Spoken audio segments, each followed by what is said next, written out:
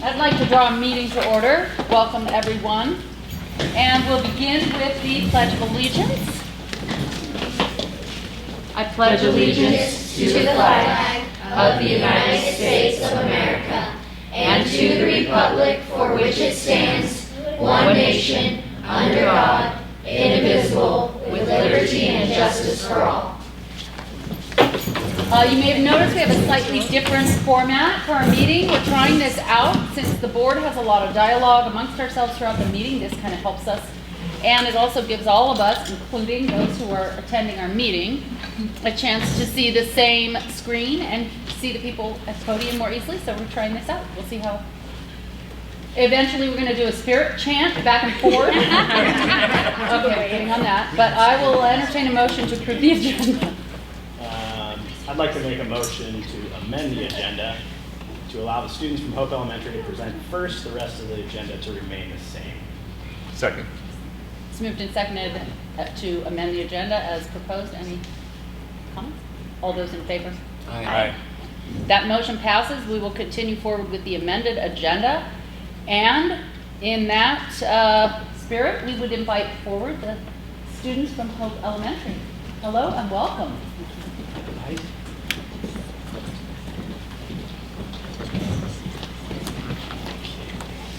I'd just like to say something real quick, if Yes, it's okay. please. This is our first, just for people in the audience, this is our first student presentation.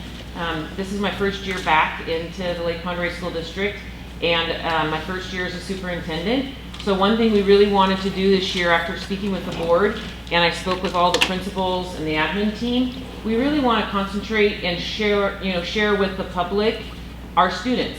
This is why we're here. This is our why of what we do every day. This is what fills our heart with joy and really makes us proud. So we wanted to share that with the public.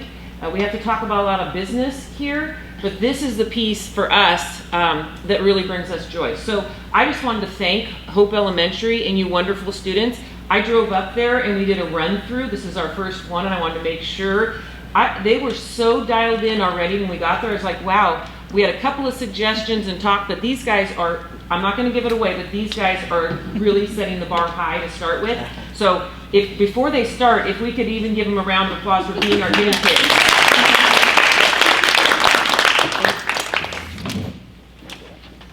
Thank you very much for having us present to you today.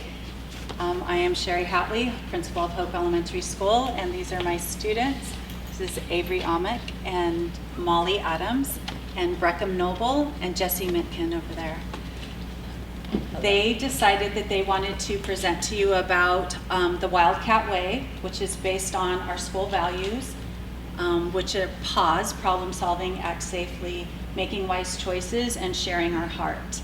They will inform you on what all of that means, and it's really important as the principal that my school has a positive culture, and I had teachers work over the summer to develop what it looks like for this year. We made a few minor changes in our value statements, but our why really is having that positive culture so that we can have the best learning possible for our students. And so I will turn it over to them at this point in time. P is for problem solve. Here's an example of a conflict we have had on the playground. Video.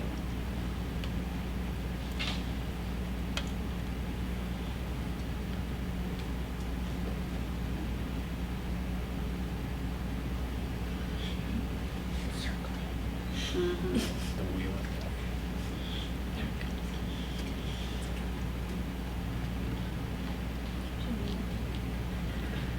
It's getting ready. The internet at the school is better than this. So you full screen. I got to the bar first, but one at a time. But I want Here, I'll start over, guys. to go first, but so do I. I don't care. Okay.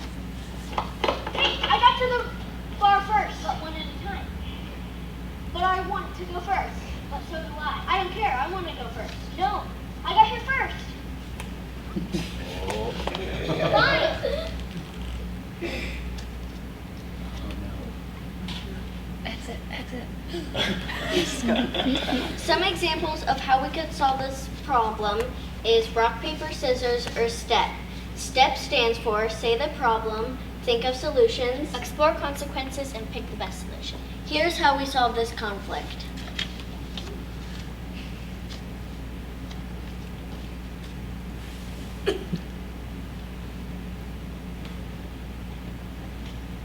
Want to first? But I want to. Let's think about our problem-solving solutions. What about STEP? But that's for big problems. That's true. What if we do rock, paper, scissors? That's a pretty good idea. Rock, paper, scissors, shoot. Okay, you go on that bar and I'll go on this bar and we can switch. Okay. Very nice. Now we're moving to A. A stands for act safely. You can act safely in the hall by doing a 4S line. 4S stands for straight, silent, space, and smile. Here's a video on how you can do that.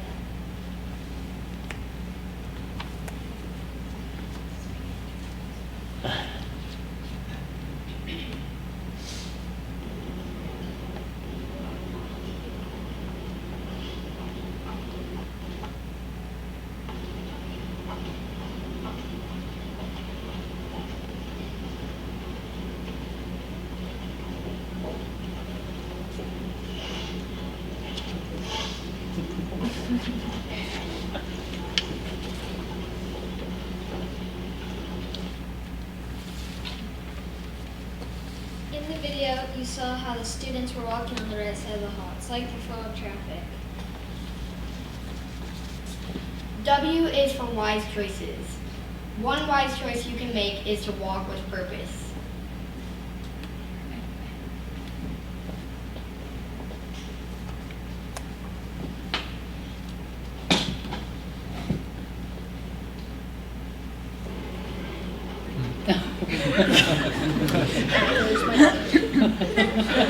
Hey, who's that guy?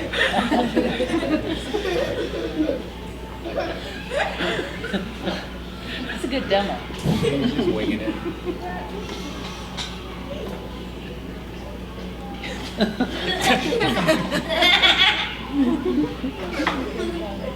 And a drink. That could have been me.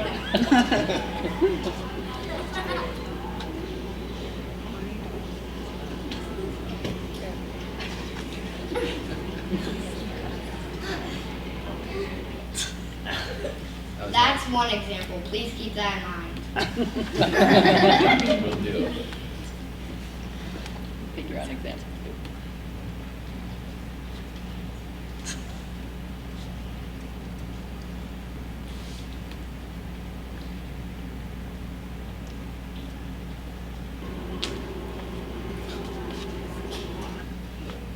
It's so fast you're beating the Wi-Fi. Faster than the internet. Yeah.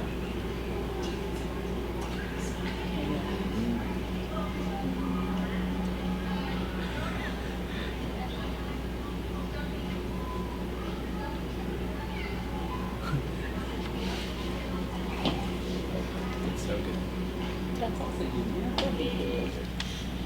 That's another example. Please give me a 1 or 2 if you think video 1 or 2 demonstrates walking with purpose. Which one? For those who chose to, you are correct. The purpose of walking with purpose is to get there and back and get back to learning. S stands for share your heart. Some main points we'll be talking about is having good manners, being a positive role model, and having good honesty. In the cafeteria, you should always use your manners, like chewing with your mouth closed and saying please and thank you. You can also share your heart by being honest, even if you might get in trouble in case anything bad might happen. You should also use attentive listening in learning environments and special events. These are some examples of being a positive role model. You should be a positive role model in a 4S line in learning environments, special events, and anywhere you go.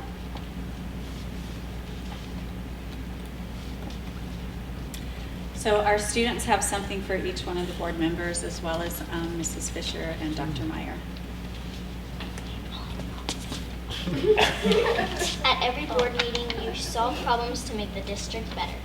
You make decisions to keep our schools safe. Every time you guys go to a meeting, you make a wise choice for our school district. You share your heart by volunteering to be a trustee. Thank you. Well, thank you.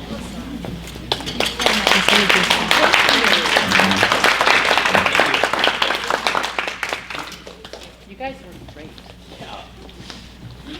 I have to say that I need tissues when kids come to speak. We'll have to stock up. Okay, keep going, guys. So what you have now before you is a pause ticket, and this is what kids earn when they're caught being good. And we collect them throughout the week and throughout the month. So October is purple, last month was sunflower color, and we do certain prizes at every week, and then we're adding a new one for monthly and a new one for quarterly, but it's a surprise to them, so they don't know what's coming yet, so I'm not going to tell you. However, this is an example of how we start every single day. You'll notice that our flag salute, so all of our classes do the flag salute or the Pledge of Allegiance first thing in the morning. We've already done that today, so we won't have you do that again. School-wide affirmation, we'll share that with you in just a moment. And then each of our slides for the day, we have something about that day, some little tidbit. It might be a reminder. On this particular day, it was last Thursday, which was really Friday for the students. And so Friday is school Pride Day, so either wear school colors or your school swag. And on Thursdays and Fridays, we have snacks that is provided by the Fresh Fruit and Veggie Grant. And part of that grant is that the students, they get to eat the delicious thing, but they also need to have a little education about what it is they're eating. So there's always a video with whatever the snack is for the day. And then if you notice, there's the area for pause winners. And that is because we draw on Friday, and they get an ice cream, which is an ice cream that is purchased through our child nutrition program, so it is considered a smart and healthy snack. But our pause winners for last week were in kindergarten, Trevor, and first grade was Chloe, second grade was Cassidy, and third grade was Jocelyn. Fourth was Soren, and fifth grade was Hannah, and then in sixth grade it was our Breckham here. Same guy. Same guy. There's only one Breckham. Okay. Ready, begin. I am here to do extraordinary things. I am a mighty thinker and a fierce learner. We at Hope School are kind and make a positive difference. So we do that every day after our Pledge of Allegiance. Go ahead.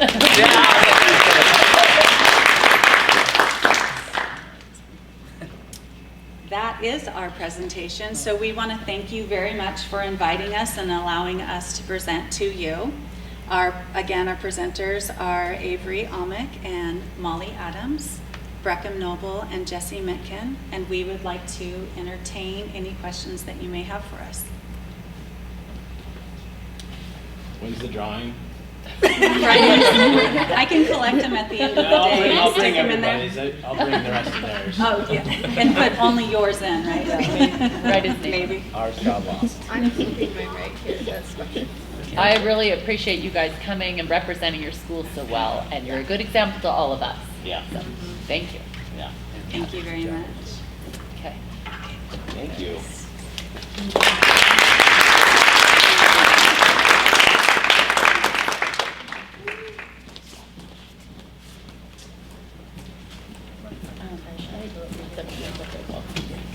So those families who are here, you are welcome to leave whenever you want. You don't have to stay for the whole meeting. As it was mentioned, there's a lot of business that we get through that's a little dry, but thank you for definitely presenting. So, we will move on in our agenda. So, yeah, that's fine. And just tap on it. I love how they did that today, though. So while they're leaving, we'll take a minute to get organized because we're waiting for a report to pull up.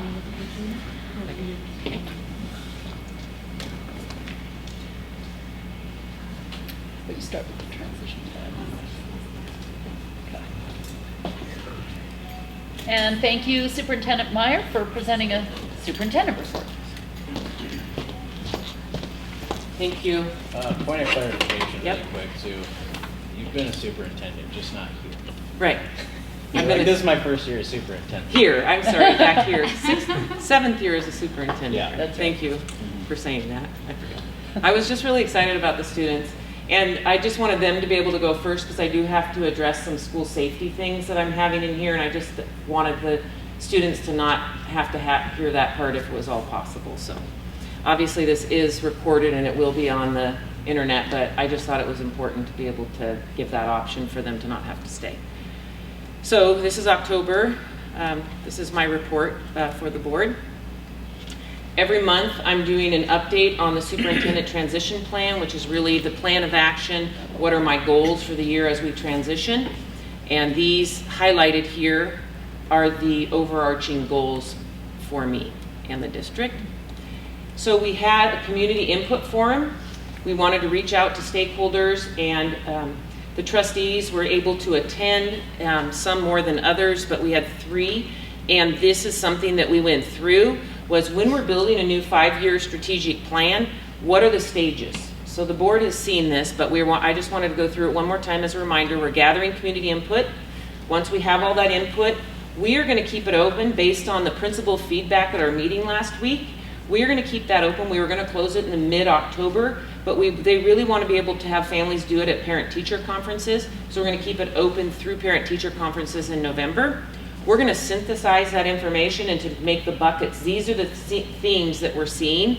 And so then we're going to bring back a draft to the community. Again, gather feedback from the community on suggestions, and then go to board approval by March. I'll run it by the board once before then just to let you know, but try to go to board approval in March and have it finalized by the end of the year so that we can share it with all of the community. This is what our plan is moving forward, so that next year we're starting off all on the same page with that. There was really, if you haven't done it yet, I encourage you to take out your cell phone right now and take a picture of this QR code. There's only really 3 questions on the survey, and it's really, what are the priorities that you have for the district? What do you believe are the greatest challenges? And then how do you evaluate quality? Like, how will you evaluate us that we're providing our students with a quality program? This, I won't read through all of these, but if you've gone onto our survey or you've gone onto this presentation on the website, we put 14 priorities as a district, and then anybody can add their own priority. But these are 14 priorities that we have heard over and over again. So we just started out to give people a starting ground here. Surveys to date, as of about an hour ago, this could be bad or good. I'm hoping that we have over 2,000 surveys by the time we close it out. We have over 3,800 students. We had 17,000 mailers. We have a lot of community people. We have over 600 staff people. I definitely want more than 352. But I also want to be positive, because positivity is in my top 5 strengths. And I am very happy that we have 352. And whoever turns it in, it will be statistically valid and reliable, because there will be a great array of people. I just would love to get as many people's input as possible, because we're building the future for 5 years based on what everybody's input is. I really love those people who know me, have worked with me before. I really like to do as much face-to-face as possible. I think we're missing a lot of human interaction, not only because of the last 3 years of the COVID, but when people had to social distance and be isolated, which creates our own problems. But I think face-to-face you can have a dialogue, and it's really important to me that we are dialoguing and having questions and talking back and forth. I think that social media and a lot of online has decreased the amount of interaction people have face-to-face. So I was hoping there would be more attendance. There was, in Sandpoint, we did Sandpoint Middle School was 45, in Clark Fork we had 2, and Sagal 15. And again, we sent over. So I'm thinking that might not be the best avenue to meet people. And so we did have, we're having some input on what is the best way to get out with people and connect. Something came up last night at the district task force meeting, which I'll share with you in this next update, about safety in our school district. So, as I'm sure everyone in the public and the board knows, last Monday we had a incident in our district with school safety, and I would like to address it here. There was a lot of questions throughout social media. We got calls, emails, as did the principals at the schools. So I would like to just update you on what were our lessons learned and what are our next steps after that. So there was an incident on social media that was brought to Sandpoint High School. A student had done a screenshot of it at 7:05 in the morning and then brought it in about 7:20ish to their counseling department at Sandpoint High School. They immediately went and talked to the principal. She tried to contact me. I was driving and I don't text and drive, so I didn't get the texting alert on that. So, but then she called, so I was able to talk to her on the phone. So we went through the steps. Again, at that point, there was not there's only a name. Okay, so we had the starting spot. There was no location. It didn't say what school. It didn't say a time. It wasn't a specific threat.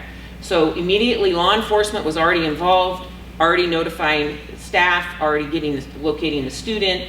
Very first thing, locating the student, making sure it was the student on the bus, was the student that was named in here, on the way, all of that taken care of right off the bat. After that, the next thing that happened is we wanted to make sure, was this a credible threat? Was it not a credible threat? So law enforcement is following through with that as she's creating what kind of information that we're going to share out.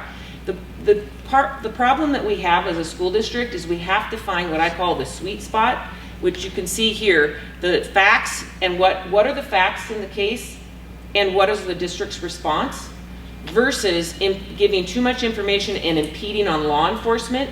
So, or also causing paranoia with people if we don't have a credible threat and we share out information before we have the facts. It can create, which we've seen in other districts, it can create a lot of chaos and it can create a lot of fear when we don't have our facts in order. So our number one job is to keep our students safe, making sure we've isolated whatever that threat may be. Number one thing.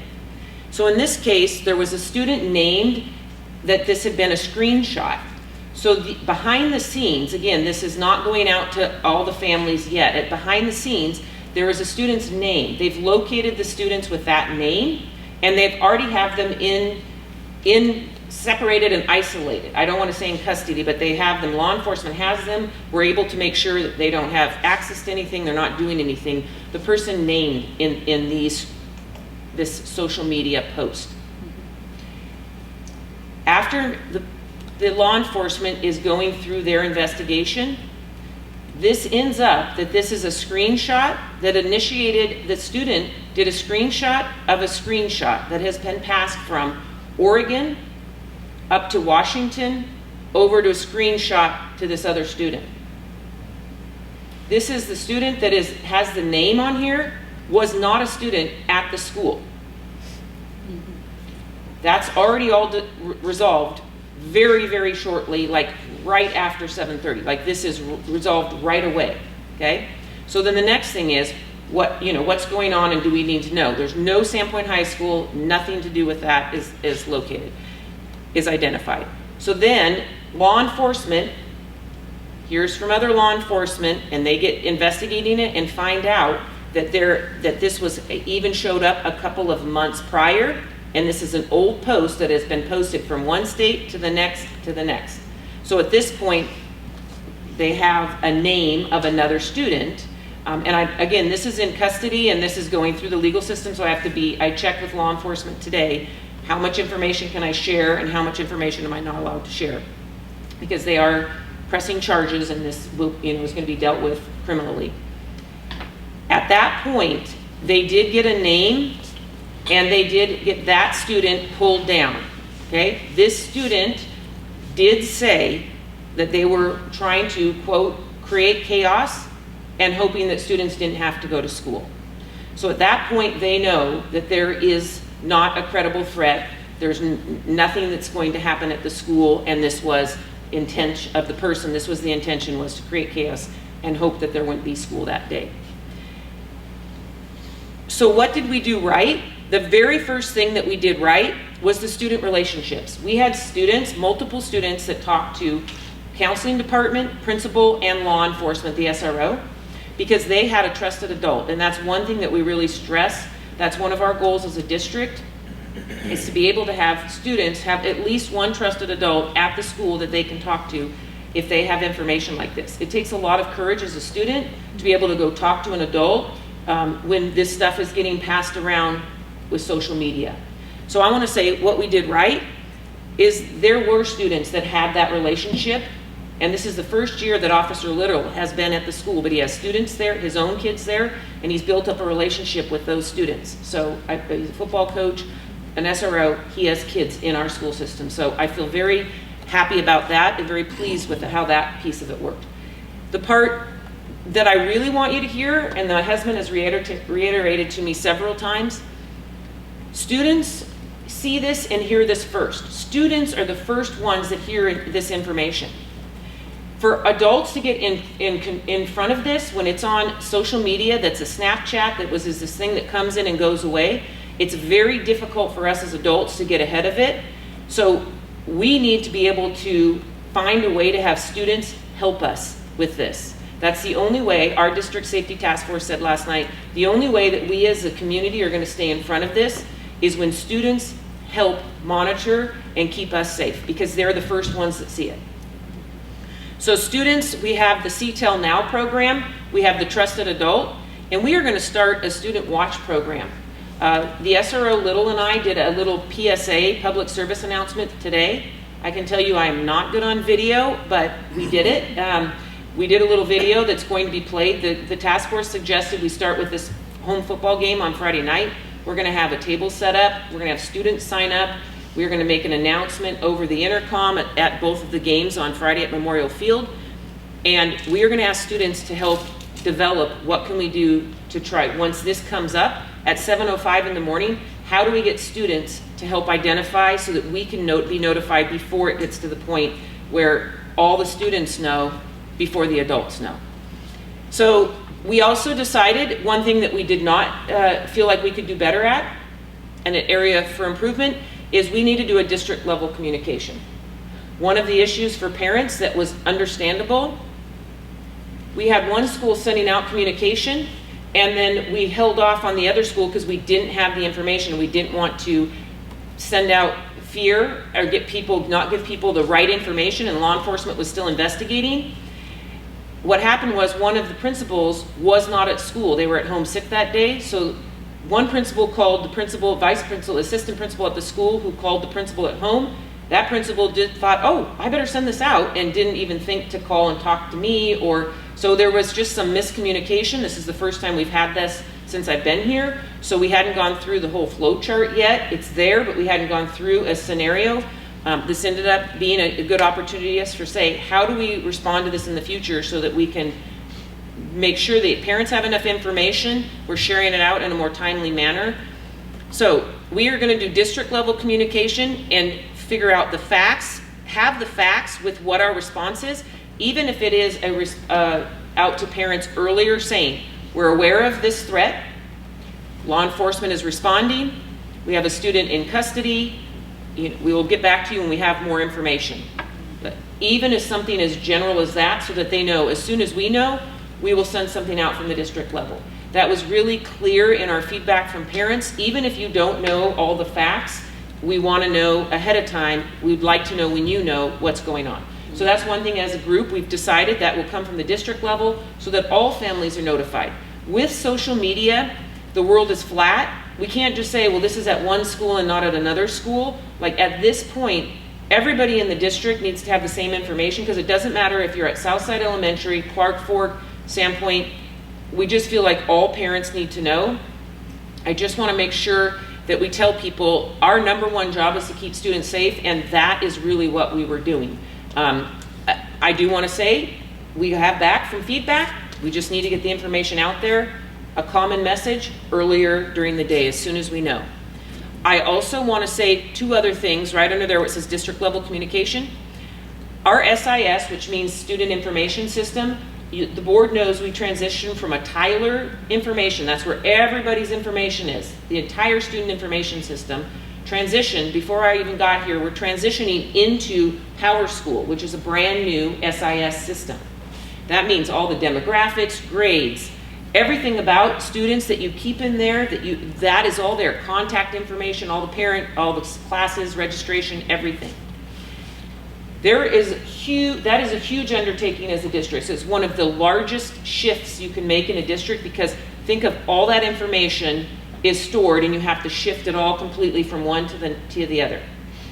That is attached to how we communicate with families.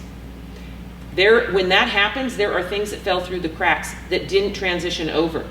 They found that out immediately before school started, and admin assistants in the buildings, volunteers in our community, parents started volunteering to help, and we had people hand entering and checking every registration with what was in the computer and filling in any blanks. At first, none of the emergency contacts went. Siblings weren't there. Some medical alert things weren't there. There were some missing gaps. So even before school started, we have people hand doing that.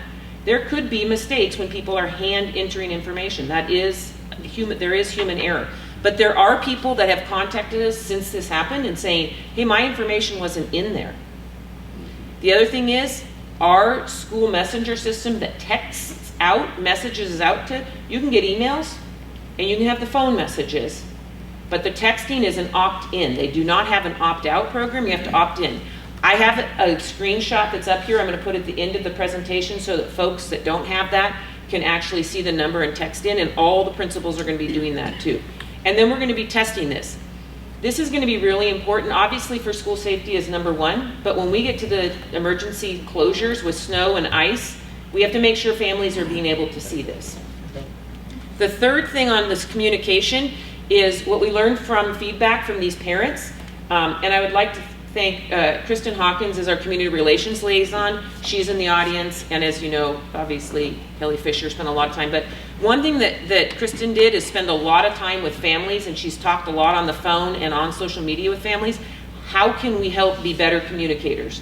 And this is one thing, is not just there are some other sites and avenues to correspond with families that they use more often than receiving my emails or text or voicemail. So that is in our system for the next time, that there will be more sites to communicate with families. One thing that was said at our meeting last night is meet the parents where they're at, not where we communicate, but where do they want to be communicated with. So that was a good awareness. One thing also, families are telling us, yes, you had this district safety task force team since July 11th. I started on July 5th. The very next week, we started on Monday. 6 days later, we started with the district safety task force team, and we've met weekly every single week, and we've done so much great stuff for the community that nobody knows about. And then all of this negative, not all this, but there was some negative about the response, and we haven't done a good enough job as a district safety task force to be able to say, hey, these are all the things proactively we've worked on to help be safe in our schools. So we are going to do an awareness campaign and do some updates with the community so they know. We're starting the Student Watch program because students really need to be involved, and students need to be the ones to tell us how can we help make it safer, because again, they're on the front lines of receiving this information back and forth with social media. Bottom line is, every single person that I work with in this school district and every single person on the district safety task force, they truly care. Like, this is a very important issue, and at the end of the day, people need to know we might not have done everything perfect. There were there was a lot of positive people. Thank you for what you did. Then there's people that didn't like the way we did it or had concerns. We're addressing those concerns, but I know that everybody knows at the end of the day, we truly care as a district. Our staff and law enforcement, everybody works together. We take all threats seriously, which is very difficult when somebody gets attention for something that's just trying to create chaos in their own words and get off of school. When I was a principal, we had a bomb threat, and that's the same thing, that can create just that whole copycat. You cannot treat it, you have to treat every single one of those as seriously in this day and age. So if we work with our students to that, how disruptive, other students do not like the fact that they had to leave school or they weren't at school or that this happened and disrupted their day. The majority of students want to be at school and want to be engaged and see their friends and have normal days. They don't want to be afraid and have the adults doing all of this work. Students do not want that, the majority of students. So we need to work with students to help with their peers. And everyone's working together. Our number one priority is to have a safe, secure learning environment. It just is. So based on that, do the board, and here's the texting, if you see that 67587, if you text to that and say yes, you can opt in, or you can do it that QR code if anybody doesn't have that. And the principals are all going to be sending that home in their newsletters, and we're going to have that at the game on Friday.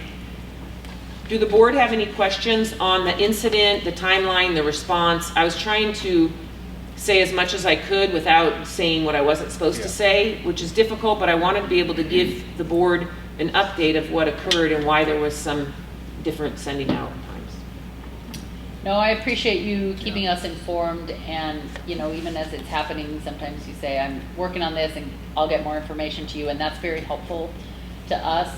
Again, I think it's important for us as board members to remind ourselves that when incidents happen, we don't necessarily field the questions ourselves. We defer to the district office so that, again, it's a centralized message and we're not just everybody sharing out something different, which did not happen in this case, I know. So when we get reached out to in situations that happen at a school, it's always helpful to say, I'm going to defer to what the district office can share. So, thank you. I just think it's important. I thank you for the message, and it's important for all of our constituents to make sure that they have the right, make sure that they've opted. Because I have people like, well, I didn't get a text. Well, did you opt in? Well, no, I don't want a whole bunch of stuff. Well, you can't have it both ways. Oh, yeah. So right. people need to understand, you have to have the right information in there to be contacted on this stuff. Yeah. So. Okay. Okay, thank you. This, I just want you can't see this, but it is in your packet and it is available. This will go onto our website for anyone in the public can look at. This is we went through and did the flow chart. We hadn't gone through it step by step. We referred to it, but we went through as a group, all of the K-12 admin team, law enforcement, we went through this so that we have, and I want parents to know, this is the steps that we're going to take. And so that really kind of summarizes some of what I've said, but I just want you to know these are some legal steps we need to take, and that we're going to really try to do, if the threat's credible, high level, or imminent, they're going to call 911 immediately and then have somebody else right by them call me so we can start the flow chart. Who determines if it's credible? This was something that. That's a great question. So the credibility criteria means that you have an actual event. There's say something that is going to happen. Let me just use the bomb threat, for instance, that I was a principal at. If you have we're going to have a bomb, and you have a location, you have a time, any sort of specifics that are added to it creates a higher level of threat and credibility.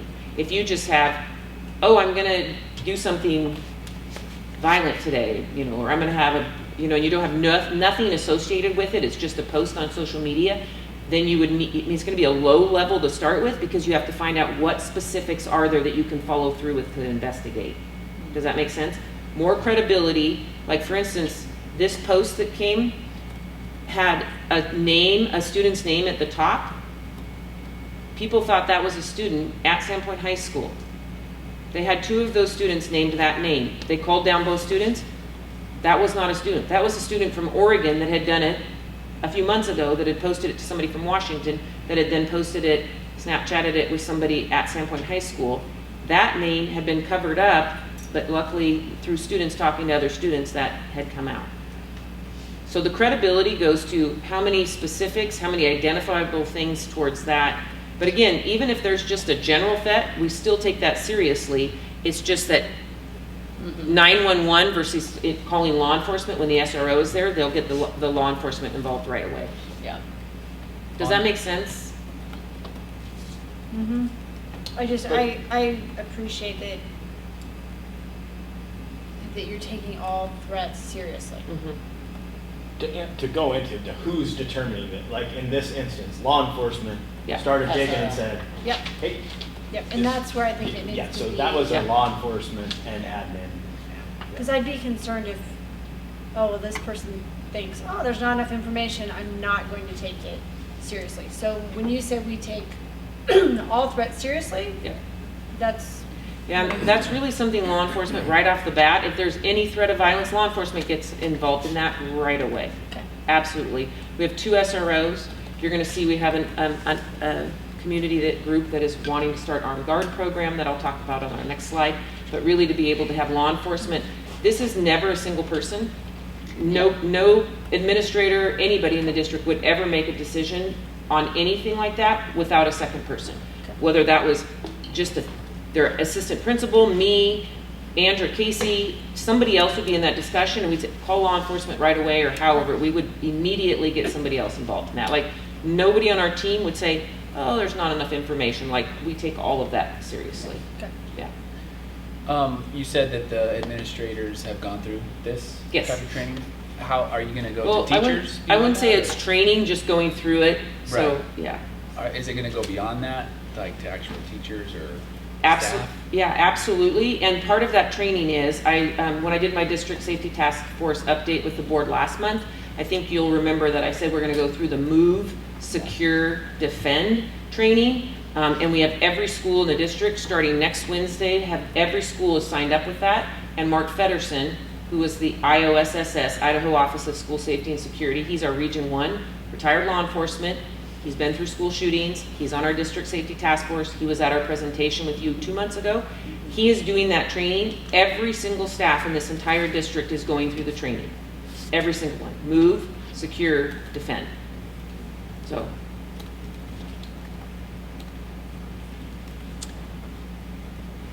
The bottom line is, we're super happy that everyone's safe. We know that when we go through things, the first time we go through things, we know there's always going to be learning opportunities. We are education. I'm very much aware that we can't do things perfectly, and not everybody, several people were happy, and we did what we thought was best at the time, but we definitely learned, and we have better ideas for hopefully it doesn't ever happen again, but if something like this happens again, we know what we can do better next time, and I think that's the part I really want the board to hear, is that we did really learn from this, and especially we had a debrief, the entire principal team, all of the SROs, law enforcement, with the chief, with the SROs, with the sheriffs, like we really did have a great learning opportunity for us to learn from this, and how to be better with our parents too, so that we can communicate with them. So that brings up the armed guard, and I've talked to you about it before. Where I was the last superintendent for 6 years down in Lakeland, we were the first district in the state to have an armed guard program. And it really is, I'm biased obviously because we started it, but we had 3 when I left, and now they have hired a 4th person. It's a very rigorous program. All of them were retired law enforcement, wonderful people, but they have to go through a lot of psych eval, polygraph, psychosocial, they have to go through a lot. Training, physical, there's a lot of information. It's almost as becoming a law enforcement again, but these are retired law enforcement folks who want to be proactive and work on schools. To do this program, we had some people come and say they wanted to try to help some seed money with this to get this started in our district. After last Mondays, they feel like this would, they came to us and said this might be something very helpful for our community. And I said, yes, we have a 5-year plan that we would like to get this in, especially starting with Southside and Sagal, Clark Fork, Hope, North Side area. It takes a long time for the sheriff to get out there, as we know from response time that they've timed. So we have a successful blueprint. I'm not saying this district is going to be exactly like the last, but we have a successful blueprint on what to follow for this, at least to get started. We have to have a secure, sustainable funding source. We cannot take a donation from people to start and get a year or two for 2 people and not have a sustainable funding source. It wouldn't be fair to the people we're hiring. It wouldn't be fair to the public to get this in and not have a way to continue the funding. So that's part of the discussion, is how far in advance do we need to put it into our budget? You know, how PAFE does kind of like they start things out and then you take over. Like, we need to be able to talk about a secure, sustainable funding source. And then obviously, I think people know the school board needs to approve it. School board needs to approve armed people on school grounds. This is a board approval. And this wouldn't be something that any of the stakeholders would happen without people having input and be able to hear about how that would affect them and how that would work. You mentioned pre-planning. What's your sort of long-range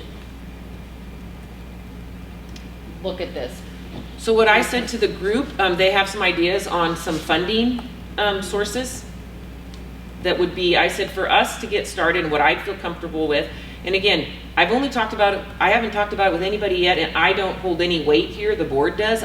You just asked me what my opinion is. Yeah. I said if we could have 3 years worth of funding secured, I would feel comfortable with 3 years of starting if we had that, even for one position to start. I prefer 2, south and north of town, or east, northeast of town. But if we could start with that, I believe then we could work with the budget. I'd have 3 years to try to work with the budget to see how, what do we, rob Peter to pay Paul, or move something, or how we would fit that in, grants, I mean, whatever we needed to. But I think 3 years would make me feel that we could have a stable source and that somebody would be there for 3 years with those students and the staff. Do you have, like, from your previous experience at your last district, what is that number for an armed guard? Like, what's that annual? 50,000. 50? Yeah, and then we had some supplies on top of that Right. that we'd have to. But again, that's a very I can't speak to the salaries here. Right. That was above the salaries in the local areas down there, because they're on, the great part about it for an armed guard is they're a district employee. So when you have a football games on Friday night, they go. If you have a dance, they go. If you have an event, you're concerned about it, they go. They're always there when students are there. Then they flex the time out. Thanksgiving break, they're gone. Christmas break, they get that time flex out. During the summer, they may do a few trainings. Right. They still target practice, but instead of being gone when students are there and away, they go at times when students aren't there. Right. So their primary focus is with students every day. And it's a lot of control that the district has on them being directly involved with students. And they build relationships to where that trusted adult thing, everything. We averted an actual event down in that last district where I was at because of an armed guard, like, for sure. They're well worth the money and the protection. They're trained, they're law enforcement. I can't speak highly enough. And we would have training right there, and we'd have group people to. The reason I asked that question is I just wanted to get it out there, because Yep.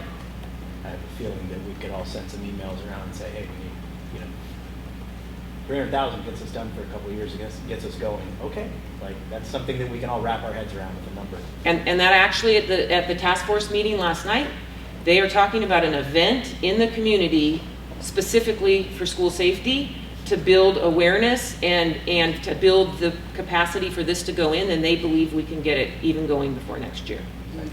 So do we have Bless you. companies in mind that we've already looked into vetting, or how are we looking down the road on that? For the interview process?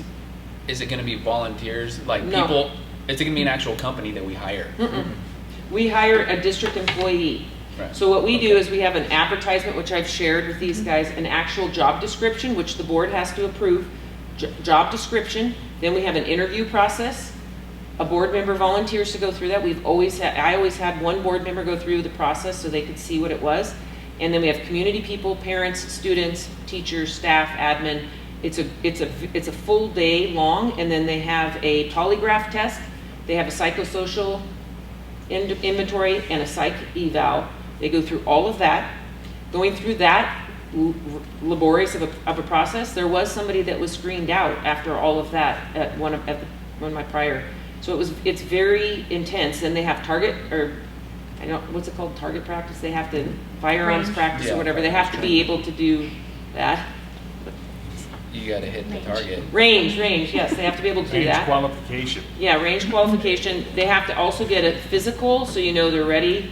And then our district, then the committee would make a recommendation to the board, and the board would approve that hire, and they'd be a district employee. Who do they report to? Ultimately, they're part of the district safety task force, but their evaluator would be the principal at the building and the superintendent. Kind of I would, I guess, be the ultimate, probably their ultimate person, but I would work with whoever the principals were to get feedback. Well, rather than get deeper into the weeds on it, we'll wait and hear back from you when there's some follow-up Yes, thank you. thought on it.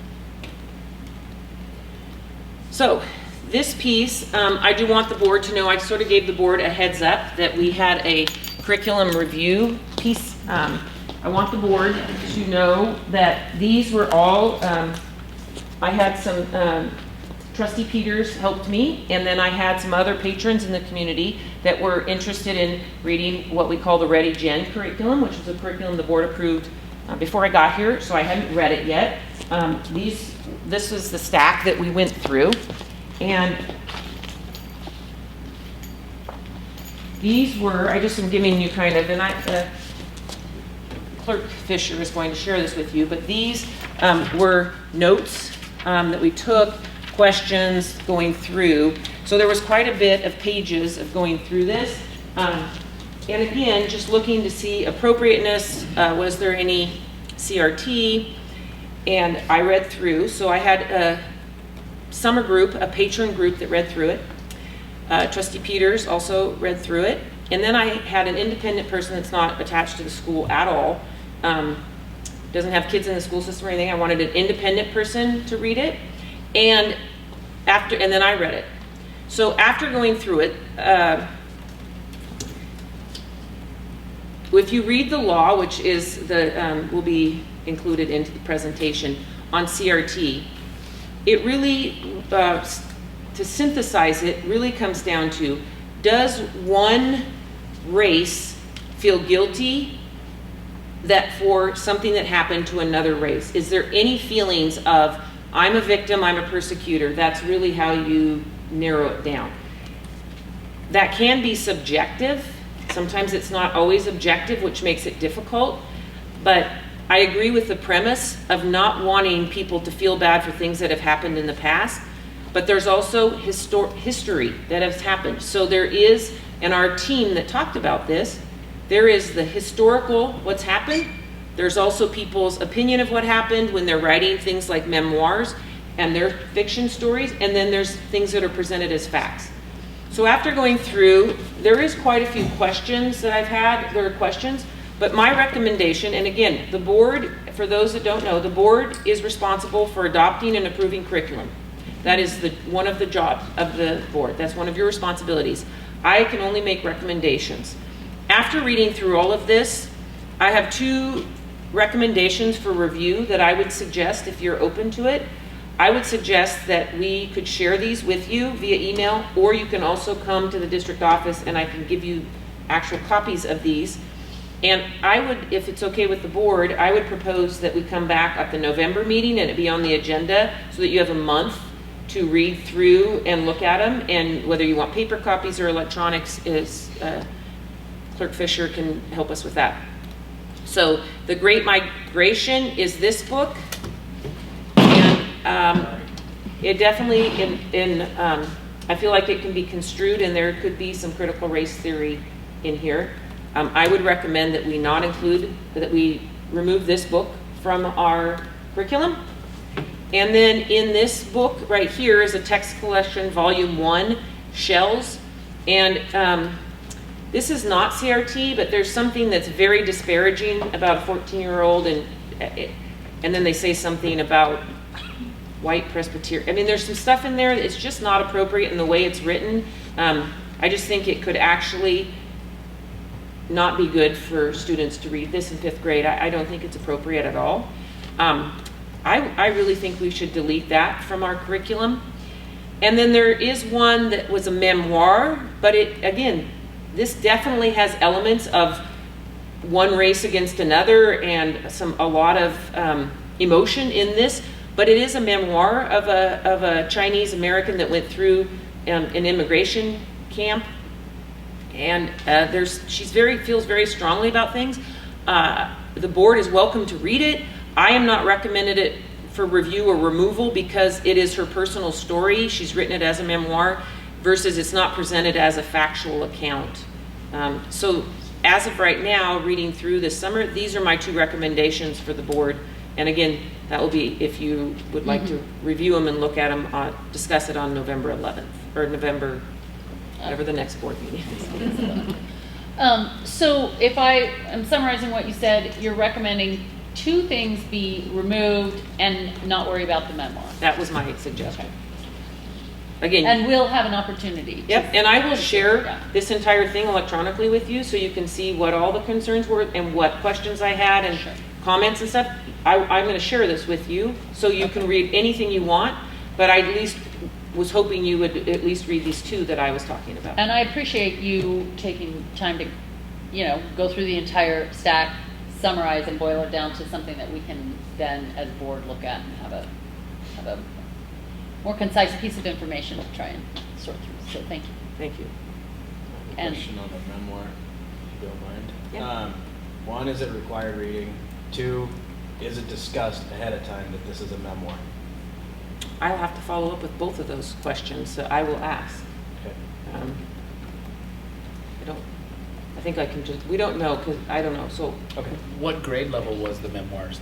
Do you remember? Because the text collection, volume 1, Is, if I believe was 5th grade I- also, those right? are- yeah, I think it's 5th grade, So all of those are 5th grade.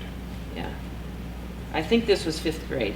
But I don't want to misspeak, so I will Yeah. definitely, And we have time before. yeah, next- I will definitely find. Thank you, Dr. Meyer. Yep. I just want to say, I really appreciate the fact that there are people in the community that were willing, I mean, they took a lot of time and read through and took notes. And I think it is state law, and I do want to uphold the law, and I agree with the premise. So I just feel like it was important that we look through that. I appreciate your time and the fact that they met with me. They kind of gave me a head start because instead of me reading through every single one, they read through every single one to wanting to follow the law. I appreciate that people care enough to do that. I thought I really was grateful for that. So, yeah. We had our staff PD day, I call it the capacity building day, or it's a professional development day last Friday. It was absolutely wonderful, super energizing. There was a little blip about social media that kind of got down a little rabbit hole, but people really, in the feedback, they thought it was great to kind of start to talk about it. It really came, with Monday's event and this, it's coming, I think it's something that we as a group need to embrace and figure out how do we use social media for the positive. I'm somebody that really likes to have face-to-face, but I do believe that in this next step of us in education, we have to learn how do we use this as a tool for positive, and that was part of the discussion on Friday. We had great feedback. 91% said the day is applicable to my work as an educator. 91%. Do either of you guys remember? You said, Casey, oh, look how many people replied. I forgot to write. Do you remember how many? 3. No, I don't remember. I'd have to look. Okay, it was a lot. I remember Casey saying, wow, that's a lot of responses, Becky. We got a lot of responses. So that was good. People really thought it was a great day. And then they got to work with their principals the whole second half of the day on data dives, work on IPLPs. It was a really good day. So, and we hadn't been together in a long time. Thank you, Andrew. 167 as of right now. Yeah, 167. Staff of the teachers. Yeah. And how many do you think were there? Like 200? 200. That's a That's a great. lot better response rate I than our know. surveys going on right now. It's like 75%. Yeah. So it really That's was, and people were super happy to be back. Andrew and Casey have read the entire thing. I haven't read all of the comments yet. They said that it was super positive. People were so happy to be back together again and be able to network and see each other. And we had it all set up in the gym by school, so it was great. Any questions? I know this was a long one. I felt like the school safety, I really needed to have that discussion, so thank you for letting me take the time. Yep. Are there any? Thank you for that presentation, all that content. Thank you. We're going to move right on with our agenda. So is there any anyone on the public comment list? Okay, we have public comment, and that is, I can't quite read the name, Lauren? Yep. Lauren Dover. Yeah. Welcome. Hi. You Thank had to wait a you. little longer than normal for your presentation. Yeah, that's Public okay. And now, like after the presentation, I'm thinking, about a week ago Monday. So I guess I'm going to start off with that. Because And my you kids, do know you have a 3 minute. 3 minute, I'll be quick. Yep. Yeah, so what was interesting, and just, you know, because I know Dr. Meyer values communication, I met her at the Kiwanis presentation in the summertime, which was great, and I saw her at the community meeting. And so just to piggyback, because I didn't hear any of this piece, but what I heard from my kids, I have 2 kids at Sandpoint High School, and none of the teachers said anything in any of their classes all day long to the students. My kids didn't know. I got your email at 10:20, and I texted my kids right away. They had no clue what was going on. And then even the next day, there was no follow-up. None of the teachers said anything. So they only knew from me. And then there was some social media posts through what I'm going to call influencers in our area, where there was some sharing of information. So that was kind of interesting too. I'll leave it at that. So yeah, lots of learning to take away and all that good stuff. But I think the teachers could be equipped to kind of follow up and just say, hey, you know what, everybody was safe. Here's, you know, the protocol that we went through. And maybe it would be good to show the students, you know, what's going to go up on the website too. So then moving on to what I was originally putting down to speak about was, again, you know, thank you to Dr. Meyer for coming to speak at Kiwanis and to put the community meetings together. I was one of the ones that came to Sandpoint, one of the 45. Yes. Super excited because I already see a huge difference in our district in terms of the communication, and I do appreciate the postcards. So there was one parent who spoke there, and this is kind of just my follow-up, and in all honesty, I haven't followed up with Dr. Meyer, I haven't followed up with Ms. Crossingham, but it's about the impact at the school and the number of students. And speaking with the counselors when I was trying to find classes and help my son who's a junior, because he didn't have like a full slate for this term, and it was hard to find things that were going to fit because he's an A+ certification student. So he ended up taking a TA, and it was hard for him to find a TA because all the teachers he went to, they already had TAs. So a lot of kids have TAs, and then moving forward, he still doesn't have like another class for next term. It still says see counselor. So from what I understand, the counselors said that there were 200 graduates last June and 330 new freshmen coming in. So there's an impacted, you know, student body, and just with a lot of our students who are going kind of on that college track, or even if they're going on a different track and want to be able to take some of these core classes, I'm not sure how we're going to troubleshoot that. So I know the feedback was, you know, put it in the survey, and yes, absolutely, and we're going to need some classes for our kids. So I don't know if that's a budget thing and reallocating and trying to find some teachers, because the teachers' classes are all super full. So it's not like the existing is going to be a solution for them. So that's why I'm here, just being an advocate for the kids who really want to be at school and take classes and be community contributors in the future. Thanks. Thank you. you. Thank you.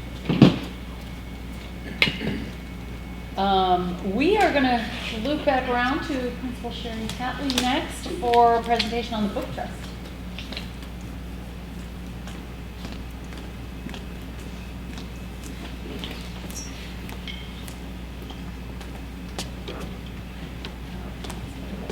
Again, thank you for inviting me to be here today. This topic is about literacy and book trust. And so some of you may know what book trust is, and some of you may not. It comes through Scholastic Reading, and book trust provides $7 per month per child for September through May. Our students can order $7 worth of books, and the whole point of this is to increase their home libraries so that they actually have books to read at home.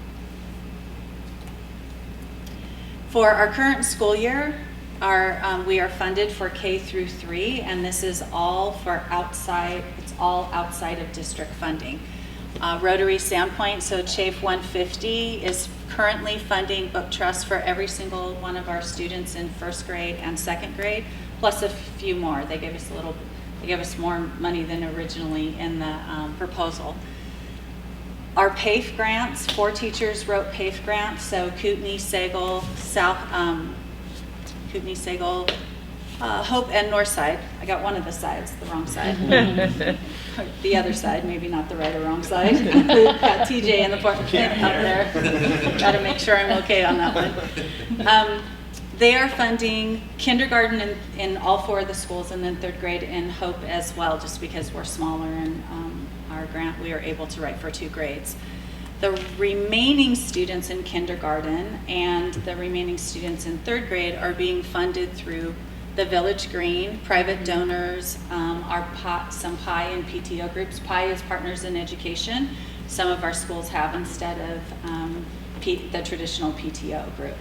And we're also, Sandpoint Rotary, in addition to the CHAFE funding, they gave us additional funding for matching funds. And so that's how we're able to fund all kindergarten through 3rd grade students to be able to order books and get them into their homes every single month during the school year. So one of the reasons that we do this is really we want to instill the love of reading into our kids. We know that reading, some people really enjoy it and some people not so much. And if we start at the low grades to create that joy and love of reading, that it does impact future success. Our 5 key components of Book Trust is that it really is about interest-based. Sometimes, at school, kids, we have to read certain things, and if I run across this all the time, if students are not interested in stories or narratives, they want to read about real things like insects or dinosaurs. So they're not interested in the stories, and so then they choose not to read and they kind of turn off from it. So the interest piece is very critical in building that love and joy of reading. The frequency of participation is every single month they get new books. They celebrate receiving those new books. They share their books with their friends. I got this book. What book did you get? What are you reading now? And they have conversations about their favorite characters. Also, they're reading. You don't get better at reading unless you read. And then the family engagement piece. These kids are taking their books home and they're sharing it with younger siblings, sometimes older siblings, and with their parents as well. It also provides some resources for teachers. There's newsletters, there's online lessons for teaching kids how to use their budget of $7 so that we have some very wise shoppers and they want to get as many books as they can for $7 each month.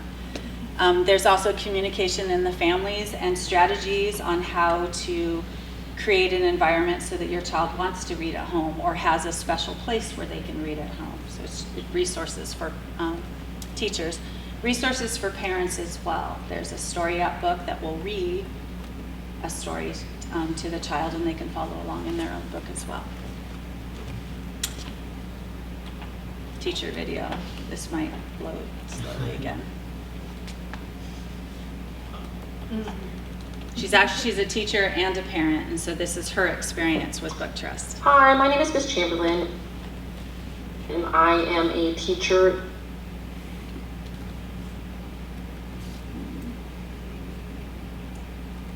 I'm just letting it catch up to it. In the Lake Conroe School District. I have had the opportunity of being a Book Trust teacher and a Book Trust parent for several years. I came from Washington Elementary School where I was a parapro, and then my last year there I taught 2nd grade. So I have been able to experience Book Trust from the teacher and the parent side. One thing that I really enjoyed about Book Trust is that it got kids excited about reading.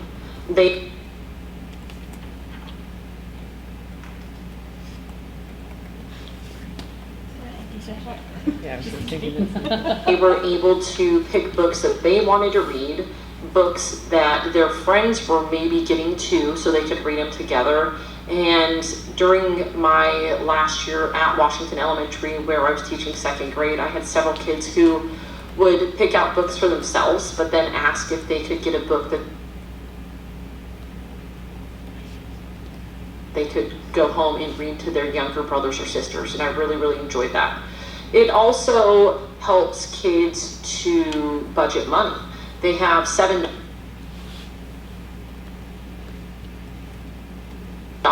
and those kids can stretch that $7 to make it where they can get 5 or 6 books, depending on the month. They have $1 categories, $2, $3, $5. It is the opportunity to get kids reading, and I cannot even tell you the excitement that the kids would.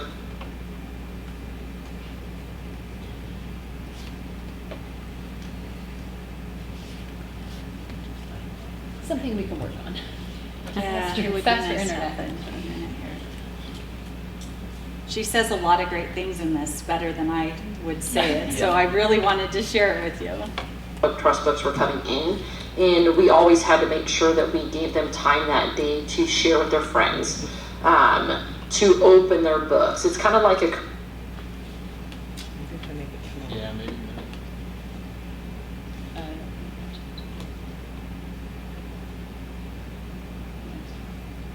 Christmas once a month for these kids. And one of the other things that I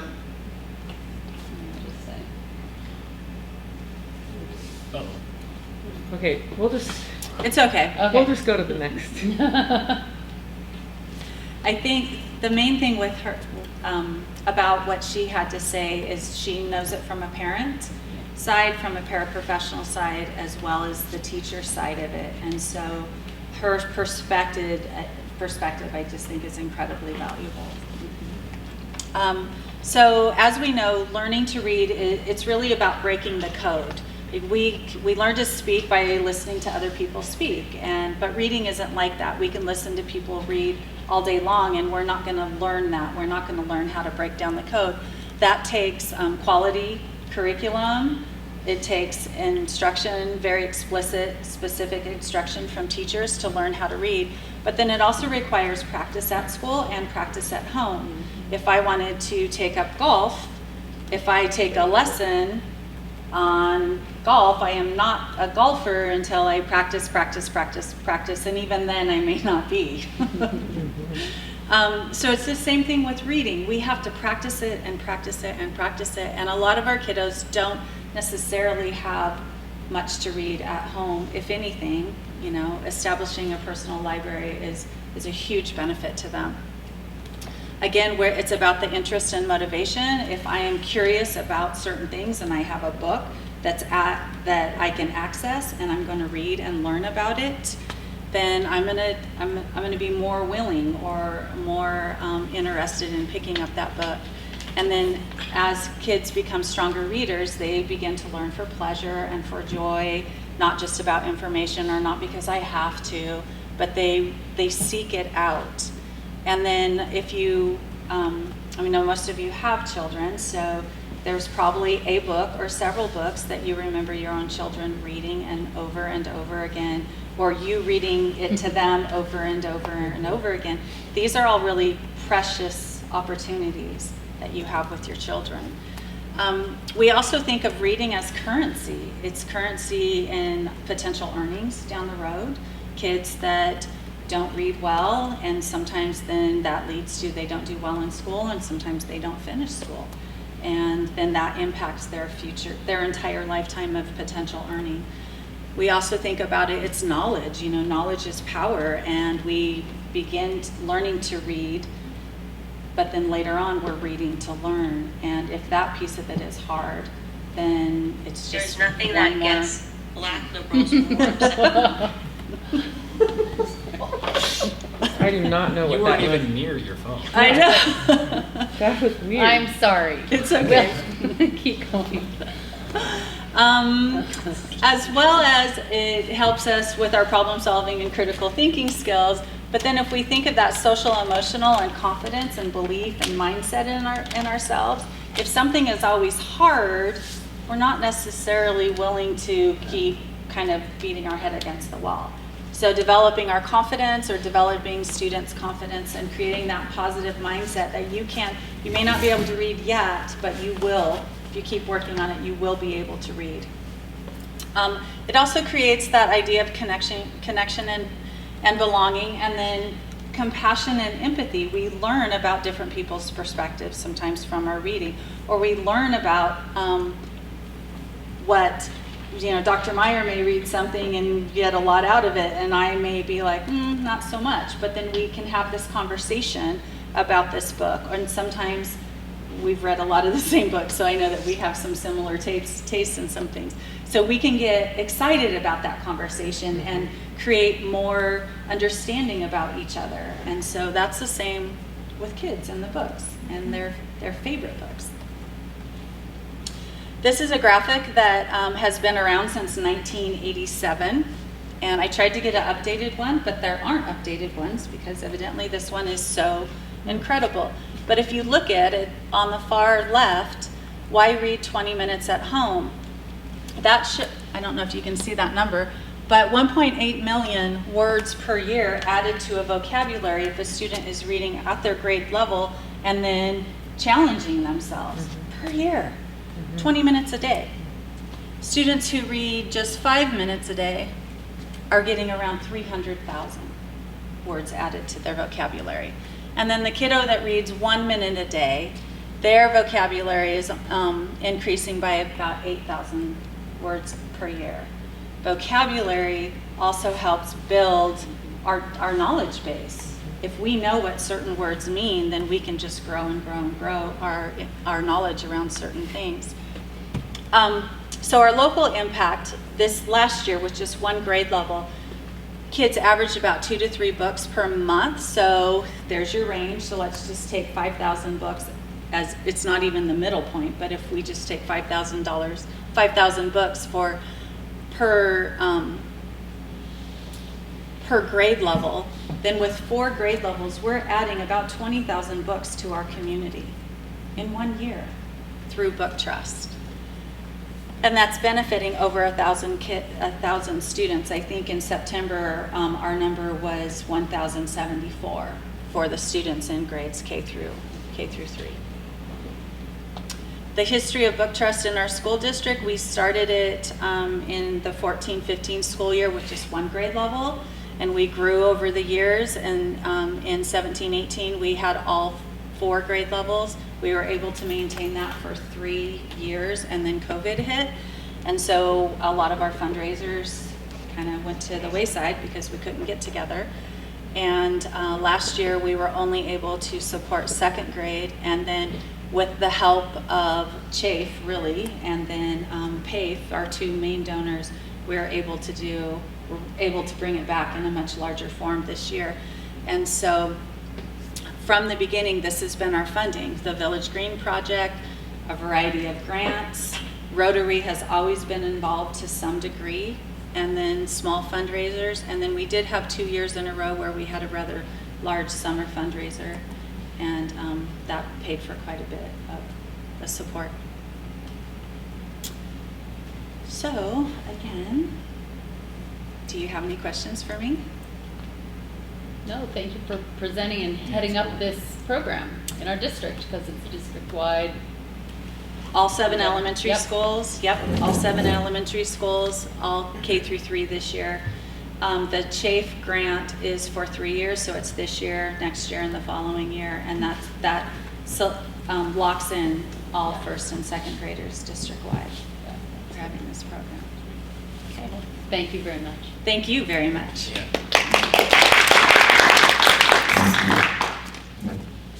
So we have some first reading of policies, and we start with the policy 2345, race and curriculum, and I will, Dr. Martin, who's presenting that one? Are we just reviewing it? Yeah, we're just reviewing it. Okay. So we've all had a chance to look at these here in our packet, and I'm pulling it up right now on my screen. You're pulling it up there. Is there any discussion from the board? I had a few things. Yeah. A couple small edits in just grammatical things. Trying to find it. Paragraph 1. Mm-hmm. It says make, should say makes. trying to find the actual.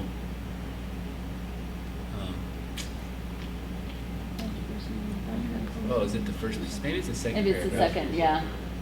No, I'm trying to find the line. I wish I would have highlighted it. Darn. Well, when I find it.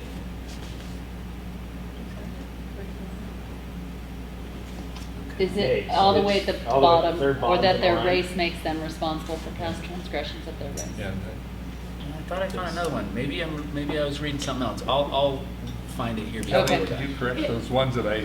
Maybe you did it As a update. point of reference, board, Trustee Decker over the weekend shared many grammatical edits, periods, Good job. capitalizations, which He I stole your thunder. edited, which I didn't think it would roll live in here Oh, in the it new must have. platform, but it must have. It So did. if there It's- are additional grammatical wrong. errors that you catch, Trustee Peters, Yeah. please let me know. There were a couple S's, there Yep. were some Mandates. capitalization that needed to be fixed, Yep. and I had made those corrections. Then that's why I look like a fool trying to find the thing that's already It's been definitely, corrected. it is hard to get out in front of Hurley Decker. Yeah, that's awesome. So, Great yeah. job. Okay, but in reading this, are there any other comments or questions? I actually did, if I'm able to jump in other than that. It does use the term in the second paragraph, pluralistic society. I don't necessarily love that term. I know what they're implying or what is trying to be implied. Do you have a preference? I think the implication is to say that we're diverse. America is diverse. But the term pluralistic society, if you just look it up, kind of implies some socialist connotations and kind of the idea of, I'm trying to find it there. Where is it at? It's in the It's in the third third paragraph. Is Yeah. that third? Yeah, what am I Right doing? here. Maybe I, Sensitive to America's Yeah. pluralistic. sensitive to America's pluralistic society, yeah. And I like all the other wording. I just don't necessarily love that word, that use of that, to try to indicate that knowing and understanding that America is diverse. It's kind of implying pluralization and almost more like the out of one we are many type of idea, which I don't necessarily love as Americans, and kind of the out of many we are one, I think needs to be a little bit more of a theme in that. Does that make Are you sense? saying that you, Yeah, I don't. I'm not following? I just don't. I think I know what you're trying to say. Yeah. But are you trying to say? Will you just explain what you're trying to say about that? Do you want to put the word diverse there instead? Yeah. I think just a simple switch would if we just use the word diverse. Divert. Yeah, because it's Sensitive more of to a America's diversity. term rather than, I believe, like a theme behind a word. It's more of just a definition of a word. Does that make sense? So I Yes, think the term pluralistic. You're saying there's some connotation that comes with the phrase pluralistic Yeah. society that isn't necessarily needed here. Right, and we could just say diverse, because that's true, and that's a term, and Yeah. I think, I don't know what your thoughts on that are, but Yeah. that's really all I had. I love the policy, to be Yeah. honest. I had one question that I addressed earlier to you to give a little context of where the references for it come, U.S. Constitution and the Idaho State Constitution, and this is a policy that is sort of brought forward and adapted from other districts. Yes, please. So this policy was shared with Dr. Meyer and myself. It actually derived from Kennewick School District. I had a chance to speak to the assistant superintendent in Kennewick. They had a long standing committee discussion with their board over this policy. And one of the news articles referenced it as a resolution, which it was never a resolution, it was a policy, which their board adopted. They specifically kept the language of CRT out of the policy purposefully.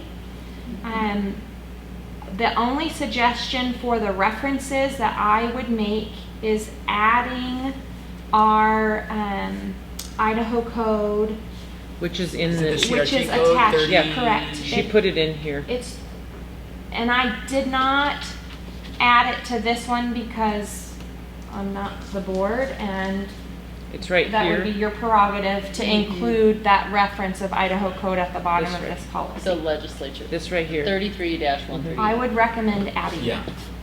because that actually is the CRT Correct. legislation It's, Correct. it's without the having the wordage in. associated document. And I would definitely encourage the board to take the advice of our clerk on this, because she's the one who's studied in depth these policies and the references. So I appreciate that recommendation, and I think I'm getting a lot of nods from the board to include that reference. So Yeah. thank you. We'll add that in today. So if there's not more discussion on this one, we'll move on to the second one. But again, this is first reading, so it's our chance to review and to give feedback if there's questions or changes or S's to add or take away. Early did all of them for me. But the second one that we'll look at tonight is policy 2470, self-directed learners. And again, on this one, there's some background on how these Yeah, are. if you wouldn't mind, Yes, Mr. McLaughlin's going to speak about the next two together. Sure, yes. perfect, yes. So the next two, just to give an overview, I'm going to lump these two together because they're very similar to each other, although they are different policies. The two policies are really about giving students more of an opportunity for flexibility in their schooling. What they are is they both allow students to basically have a self-directed policy, or so does mastery-based learning as well. It allows students to go through a little bit of an alternate path.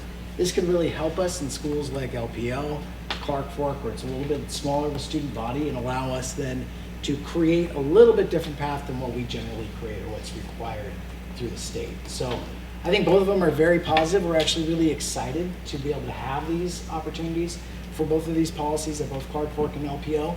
And I know Coeur d'Alene right now is working on passing that self-directed learner policy, and so it's given us a little bit of a template to be able to look at, and then the mastery-based education policy as well. And they really are about differentiating for students, providing more individualized opportunities, and they are also about, that it really takes the adult and the adults to sit down with the students and to create a pathway. And so we're excited about that for a lot of reasons, and I think at some of our smaller high schools, this will really be a positive.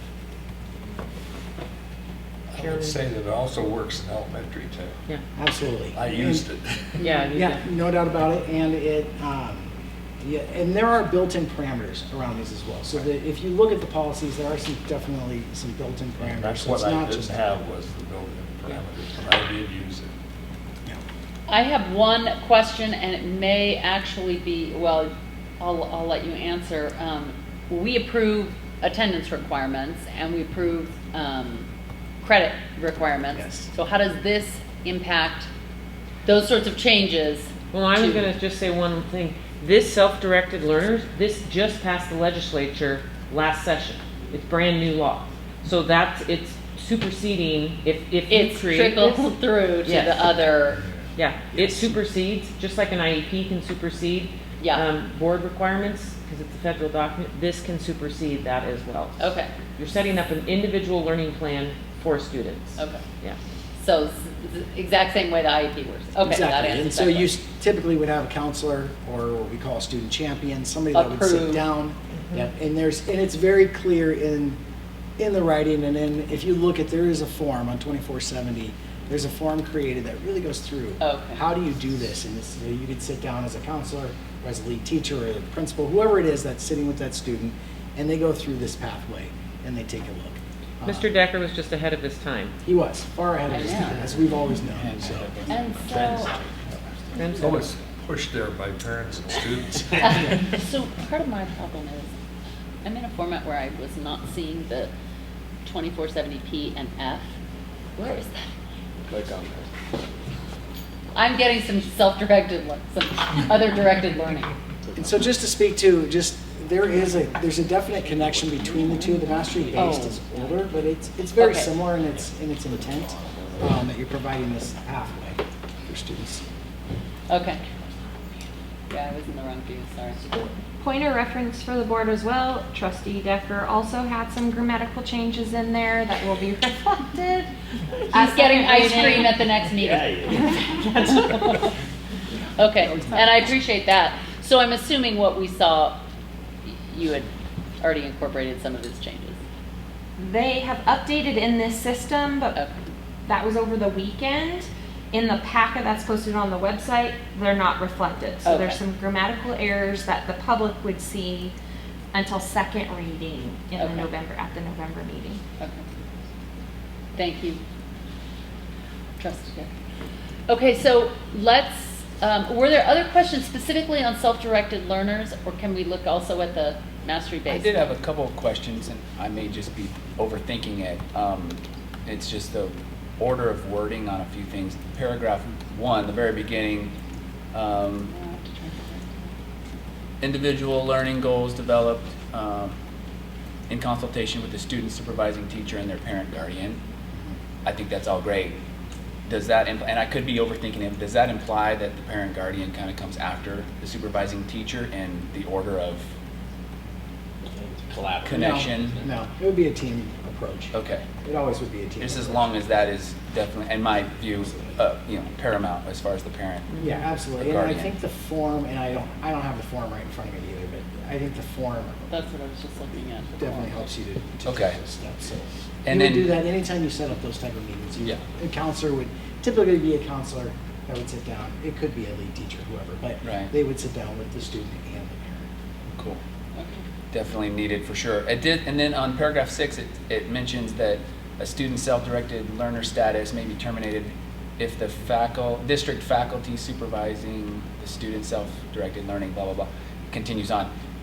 Can it only be terminated by them, or can it be terminated by the parent A guardian parent again? can choose that as well, but that is direct reference to, because when you set up the plan, there are certain steps that the student agrees to. For example, passing grades, okay, as Right. one of them. And so that would be a determiner. Hey, you're not passing this. It's not really working out for you. So we need to pull that back and get you into a more traditional model. And the parent can do that too, like, hey, you're not Yeah, passing, let's absolutely. take you out of that. Yes, absolutely. So you guys can tell me if I'm wrong, should the wording also include parent guardian in that they can have the ability to Sure. Yeah, terminate that? absolutely. There's Yeah, no reason not absolutely.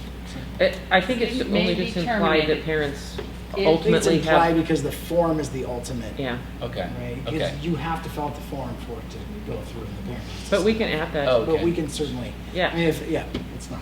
I Okay. see. It's implicit in the fact that the parent has to sign the form, Yes. but you're just wanting their name to be in there as a possible also can pull. Yeah, I the mean, if it's stated in the terminate. policy, maybe just throw it in there too, so it's Yeah, clear. sure. Yeah. Oh, it's in the procedure portion, right? Mhm. Yeah, yeah. That was all I had, just a couple of things. I mean, I like it though. Students, parents, The Um, procedure document has a lot of the We nuts had and that the bolts. It last does. one too. Yeah. Where it's just not, yeah. And sometimes what's in the procedure is detail that is left out of the policy so Yeah. that there is not a ton of changes needing True. to be made to the policy because procedural changes can be made without having to come for, we don't approve every procedure. So under the procedure, the very last one where it says ending self-directed learning status, it does Mhm. say parent, but it doesn't say guardian. So you might want to add Mm. just for consistency. Parent Yeah. slash Mhm. guardian. It's great. It's a great idea. Cool. Okay. And then we also have, did anybody have? Go ahead. Do you want to go on to mastery based? 2640, sure. 2640 is the mastery based education. Let's have a look at that one since it's relevant.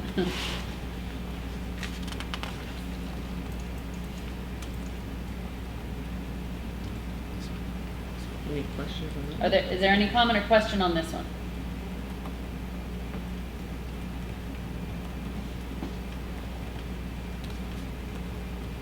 These are all new and trickle through from state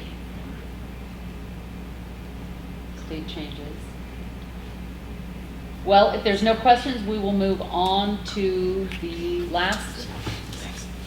Thank you, Casey. Thank you very much for presenting those, and we will move on to the last one, which is first reading of policy, which is revision, and it's policy third is it up there yet? And it's really just 3085.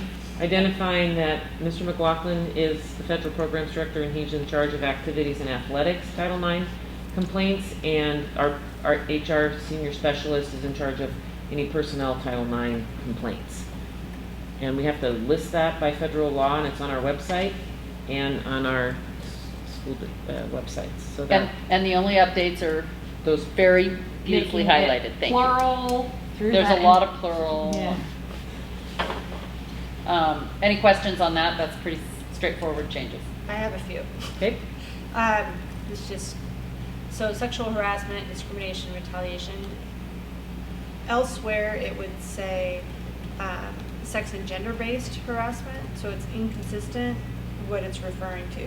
So I'm just curious if it should say sexual and gender-based harassment, if that should be the title, because it's referenced gender-based in other areas. So that was a question.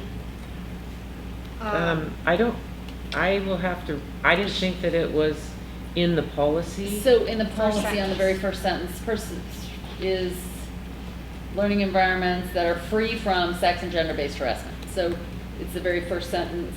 It just is a little more explicit than the title. We just, in my understanding, this was here before I got here. Did we just use ISB model policy? It was model policy, ran through all legal counsel throughout the entire state, almost verbatim, because it was a beast of a policy to make sure it's a that we beast of a adopt policy. it. Yeah. And that's why I was Marshall asking the procedure. question, because I saw that other policies had been updated with the gender-based. So I wasn't sure if that had come later or if that's where it's at. So that was just a question with the title, if it needed to be there or not, I don't know. Then It seems to me, and I'm happy to be overruled, but it seems to me that there's a level of detail in the first few sentences that isn't necessarily detailed out in the title without that being an inconsistency. It's just going from a generalized title then into a little more detail. So I'm comfortable with it the way it is, but happy to be overruled. I was just asking. I'm the question. assuming that if there is some sort of gender-based discrimination, that falls underneath this umbrella. It per does, it the says first- first so sentence, yeah. you go, Yeah. okay, yeah, this is the policy. I was just asking a Yeah. question. When I Well, did a good, search yeah. legally, it came up as both. I do So- feel like though on that point, because it says free from sex and gender-based harassment. There's plenty of gender-based harassment that's not sexual, right? I mean, I'm assuming there probably is. So should it say and or like, because it's implying that all gender-based harassment is sexual? Or is it supposed to be, No, is that? I don't think, I think it's purposely not, because there Oh. might be some, you know. I think. I would just think ask that it's people looked could into. go. Can you just check it? And this is our Title IX policy, so this is sex equity in sports. This is not just sexual harassment Right. Right. It's policy. It encompasses Discrimination. all this, what the title says, so then it outlines the specifics within the policy. And that's why I'm asking, should it be sexual and gender-based harassment, discrimination, retaliation? Just asking the question. I don't need an answer tonight. Okay. Well, it is actually a conversation for tonight, so that when it comes back for second reading, I mean, this is the place to have it, so that we can direct her how to bring it back, because at second reading, we typically would vote on and approve it, not go in for more changes. So have more discussion and give our clerk a real direction for edits. Anyone? Well, I think that, as Jalen is alluding to, like, there could be instances where it's not necessarily a sexual harassment issue, maybe it's a physical, like, whatever, maybe it's an altercation. An attribute of somebody. Yeah, or so whatever. I think that having a broad, you know, it's gonna fit into multiple categories, like, Yeah. depending on whatever the incident is. I think this is a broad enough brushstroke to say, hey, this is what we're intending to do with this policy. It just reads kind of funny to me. It almost is implying that it's all. Then it has to be both sex and Yeah. gender. I mean, And I kind of think- agree with him that it probably should be and or. Because then that would separate gender-based and discrimination away from You're sexual talking in the harassment. first sentence, not in the Right, title. right. Yeah. But later on, it says, subject to sex or gender-based harassment at one place, and then it says and in another Right. place, so. Uh-huh. So If maybe you want it us is to worth- just be Saying just put consistent, and or each time. if you want us to put and or each time, we could certainly do that. Yeah.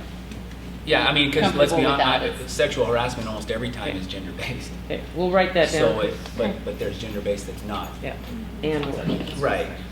So point of reference, you would like the title to remain the same and within the policy add and or. When it After references gender-based. sex and Yes. Yeah. before gender. And or yes. gender-based. Yeah. I think that would read a little more clearly for Okay. me, but what do you think? I just always prefer when if you're going to switch one thing, it's easier to be consistent throughout the whole document. So And then- sex and gender-based harassment, discrimination, or retaliation. Just Have use that phrase throughout. And or. The only, and I'm not trying to be argumentative, I'm only just pointing this out since it's the first read, is here it says, accordingly, right here, this sentence, accordingly, the district prohibits harassment, sex, sexual orientation, gender identity, and pregnancy. So if we put every single thing in the title, There's a lot more detail Right. in the, Yeah, in that the was my- document. that's than my there only is in the title, concern. Yeah. So that's how you have the gender piece as well. Yeah. It's all covered here, there's no question Yeah. there. Yeah. It's just a clarity. It is also not a brand new policy, so it- Could need to be just perused. it is, as she said, a beast of a policy. The other thing is that it has only relatively minor changes this round. It's just these highlighted items. So, Okay, so that was the first question that I had. The next was the list of coordinators. When you look down, then there is a huge list. And this was just a clarification, so a question. Northside Elementary, Principal Deputy, Sagal, LPOSD. Those people are not all coordinators. It's just the two. are you under the contact information, or are you under the? Yeah. I'm on page 2 of 5, just looking at all these That's contact information. Yeah. contact. Uh-huh. Not coordinators. Yeah, So not they're coordinators. not coordinators. They're contacts at each school, yeah. Okay. I can And speak that- to that. If we, Oh, yeah. Yeah. well, it was just Since you're in charge. every person last year, we had to take a course to be able to become every administrator, school administrator, to become the deputy, so that if there were complaints, that they could hear the complaint and then provide some supports. And that is by law, you have to provide supports if there's a complaint. So that allowed each principal to be a deputy, and so they have to be listed as such. Now, if there was a complaint and it came to athletics or activities, that would ultimately go from them to me. And if there's a complaint that had to deal with sexual harassment, that would go to our senior HR director. Okay. So that's where it has our deputies if applicable. So my concern always is if you're going to provide a list of documentation, it says here's who you have to notify. There's a lot more than the top 2, which it sounds like everybody is trained and is a deputy. So as long as all of those emails and websites work to get the complaint, then that would be fine. I mean, I've got to Well, think it's from a practical application. specific to each school, I mean. Yeah. Those, I could speak to that. So within Title IX, every building has to have a deputy and they have to be listed in policy. Yep. Those links are to the school's website. And because there's building changeover, we didn't even list Casey McLaughlin's name as a Personal coordinator. names, right.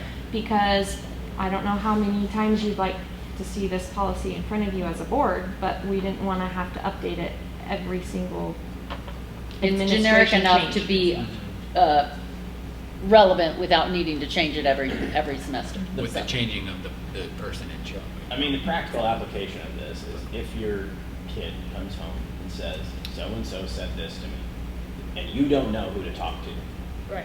I mean, you're gonna reach out to the principal and their teacher. You're probably gonna go, like, if you don't know who that is, this is how you get it. Right, so and that's where, notice of or formal complaints or sex or gender-based harassment, discrimination, or retaliation may be used one of the following. So I just wanted to make sure that to file the complaint with, that the person or other official is listed above. Again, it's not specific, but the deputy makes sense. Report online using the web address. So if somebody is going to report it and they walk through our policy, we need to make sure that it's accurate. So if we have these websites above, is there a way for somebody to report online? That's all our, Yeah. that's our Yep. district website, yes. Okay. I do Are there have any other one. questions? Pearlie has another find. Yeah, the link for LPO ended up above Northside. No, that's because I have struck. Yeah, she's And taken out. when I remove the that'll language straighten it and the out. formatting, when it's clean and all the strike throughs and bolds and highlights are changed, Just- I will make that where it needs to be within the policy, even if I have to tab down, don't worry. Right, that one would be associated with Yes. it. Are there any other questions regarding the, again, I would encourage you to look at the highlighted portion since that's this round's changes, revisions, I should say. Well, I have one thing. I agree with all the highlighted changes. But I did have one other thing. Are you implying that I'm not supposed to say it right now? No, this is the first reading of it, yeah. Okay, great. It's actually just the very beginning. It's just with terminology. I think words are super important and what they say and what they imply. The word equity is used. I brought this up before. Yeah. I hate that word. Not that word, but I hate the way it's being used in our world today. Going back to even the CRT stuff that was presented earlier.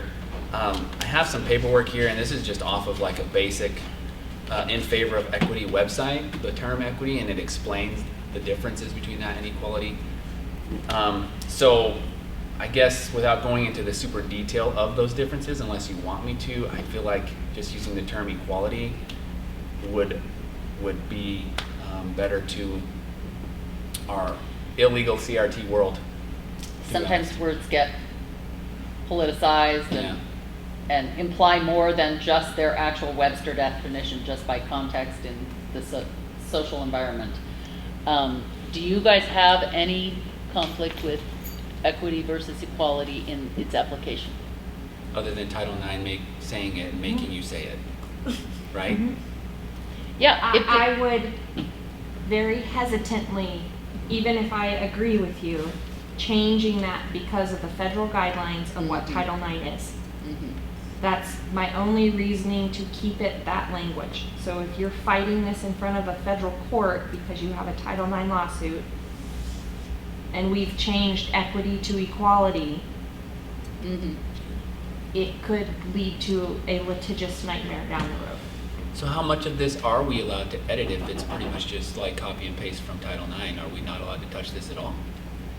You know, as a... You can, you just have to know what you're getting into and have to have, like we can't obviously go changing. And to take the advice of our law legal counsel. counsel. I was just going to say, if our legal counsel says, you open. I can certainly And words do are that. really, really important in a court of law.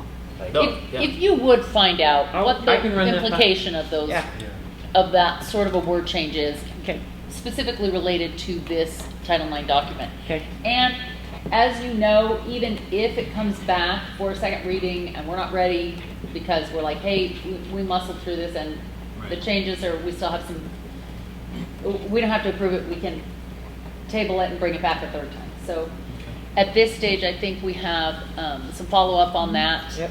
But Kelly's documented the changes we've made so far tonight. I just had one more question, but I need to find out the specific spot where it is. I just haven't had a definition.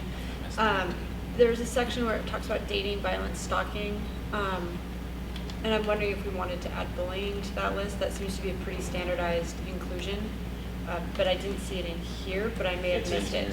Is it in there? It's in here at cross-reference, hazing, harassment, intimidation, bullying, cyberbullying. Where's it It's at? the other Oh. policy. The other policy, okay. Yeah, it's- 3295. It's So- not So it references, cross-reference. so the bullying policy is a different one and it references.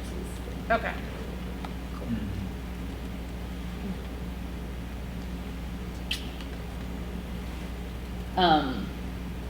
Okay, well, if there's no other comments on these first readings, then I am happy to move on to consent agenda.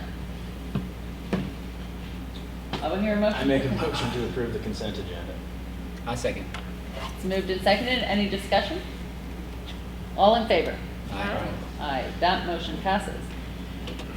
We do have some board action items now, and the first is alternate authorization, teacher new content specialist. And is there anyone presenting on this, or we just?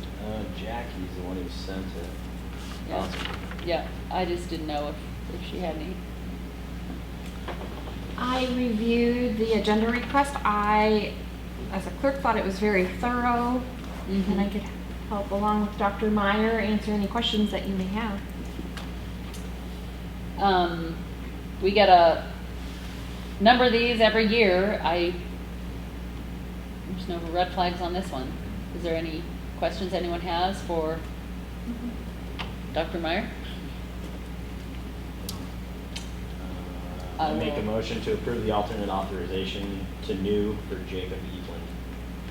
It's moved, seconded? I'll second. It's moved and seconded. Any discussion? All in favor? Aye. Aye. That motion passes. And then we're going to move on to second reading of 3 policies. The first one being policy 2340, controversial issues and academic freedom. As I mentioned before, we've seen this policy. Changes have been made. This is very minor. Did anyone have any other comments?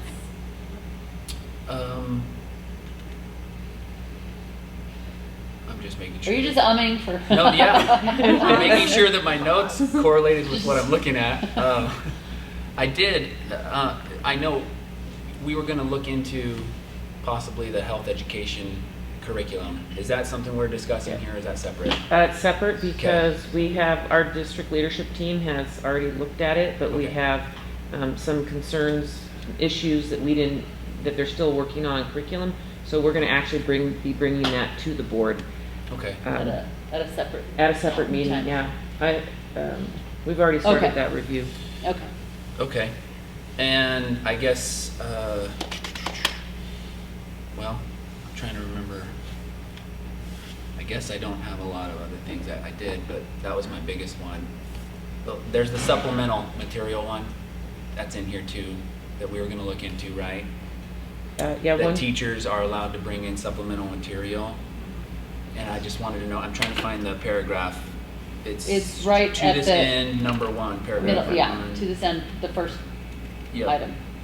So my question is, again, and I think I've asked you separately, just who approves that supplemental material? Is it approved? Does it have to be approved? If a teacher were to bring in a book to help with an issue or a topic, is that outside of approved curriculum? How does that, is that in syllabuses that go home way in advance? You know what I'm saying? What's the freedom that teachers have to bring in supplemental quote-unquote material that possibly might not have been approved? So I have a question on that. Is that something that would be under a procedure rather than the policy? I don't know. Off the top of my head, I don't believe 2340 has a procedure. So it's something that's either, okay. And obviously the hope and with goodwill for every teacher in the world is that all things will be great. But I think it might just So- be a discussion. We said you As- just can't bring anything in, there's not gonna be a whole lot. Well, that we gets done look because at- there's a lot that's not there. And then there's that They do too. By themselves. Well, there's the third paragraph there, and it is a fine line. There's a balance here Yeah. between how tightly the board wants to control things and you know, it's that third paragraph kind of addresses this, that we recognize the need, however, there are parameters. I know that the parameters are there for a reason, and if there were violations, you know, a teacher bringing something inflammatory, there's then steps that would follow. It wouldn't be like, it's in policy, you can do whatever you want. So there's a balance. I don't think we want to take away all ability to have some creativity in the classroom, and we can't possibly look at every single word. So there's a level of trust there at some point. But I mean, do they at least have to get approval from the administrator or principal? Or that I don't know on extra supplemental materials, yeah. Outside of approved. Well, it says in number 3, again, I'm not as familiar with this as I should. I can certainly do follow up with the principals on this, but I mean, this was in policy when I was here before, and the teacher shall notify parents when a controversial issue may be discussed, and their child may be excused, and the teacher should have the principal view questionable materials. Like when I was a principal, I definitely had teachers all the time asking me, is this okay, is this okay? Because typically, and I've even dealt with it once since I've been back, if teachers have anything that are questionable, students are going home and telling them. They know, especially in this day and age, that there's a lot of, there's policies to... There's oversight. Yeah, there's oversight. So they know that their students are going to take it home and talk to parents. So I have found them, again, I can't speak to a long history except for before, but, and I certainly can do some follow-up with principals to see how often this is and how much do they approve ahead of time. But I would say that teachers are probably erring on the side of, I want to make sure, because I already had some teachers approach me this summer, I want to make sure this is okay because I don't want to do something in class that's going to come back around. And on that note, and that sounds great in theory, but then again, who would decide what's questionable? Would it then be the principal? Well, the teacher should have the principal view questionable materials. Or it's up to the teacher to determine if it's questionable. What if? That's how I read it. The teacher should have the principal view questionable materials. Yeah. Because that's how I read it. Yeah, and I get it in the wording of what it says. Yeah. I just feel like there's a lot of open holes to questionable definitions of what's questionable. What if they bring the topic and chapter of approved curriculum, but then they don't bring maybe a supplemental piece, supplemental material to ask about approval? And are they well aware of what is even legal, maybe CRT related or something like that? Do they know the details of that to even say, is this questionable? Until a parent were to bring it up. I don't know. Because if we haven't approved it, it just seems like a big open possibility. Well, and I think my point is there's a balance there. It's a balance between what the guidelines we're able to set, and then without actually sitting in every single classroom and micromanaging. Which I don't every want teacher. to. Right. Which actually undermines the job we've hired them to do, and the job we've hired the administrators to do, and the job we've hired our superintendent to do. So there has to be a certain level of, hey, we've set the parameters. We've asked you to make sure it's being carried out. You've asked your administrators to make sure they've asked their teachers. So there's a chain of command here that it is in place, and I think that this policy, which has been in our school district since 2009, is trying to actually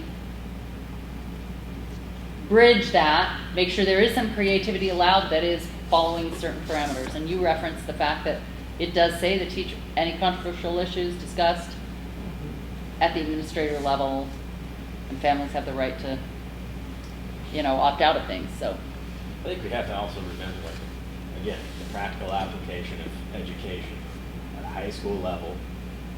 I'm assuming that that's the worry, that somebody's going to bring something in and say, hey, no, this is real. Okay, there's a curriculum that they have to get through, and tests that they have to take, and measures that have to be met. I would find it very unlikely that any teacher would be like, all right, I'm going to take this week and we're going to only talk about what I saw in publication X, Y, or Z. Like, I just don't.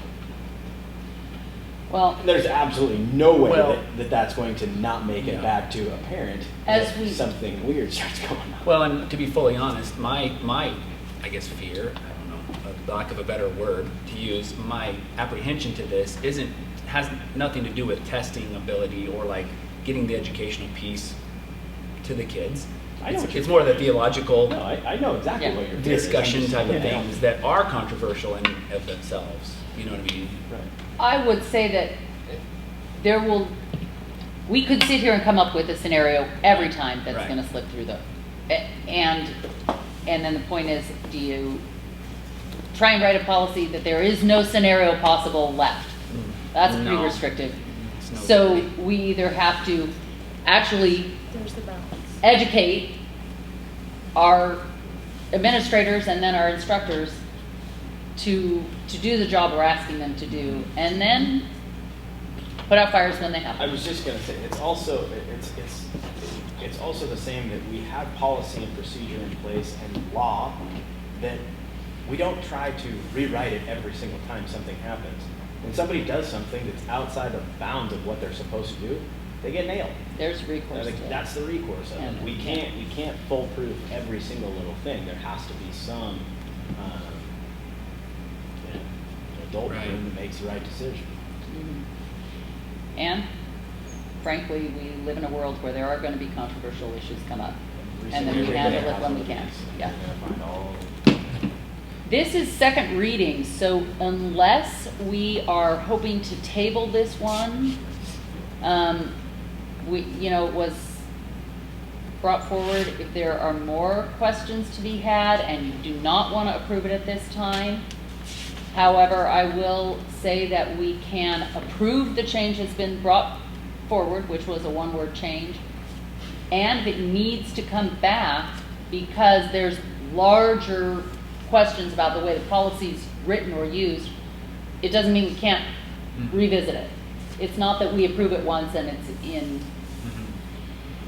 etched in stone forever. So we can either go forward with the revision that's here and, I have a thought yeah, on this, and if I get outvoted, we voted through, that's totally cool.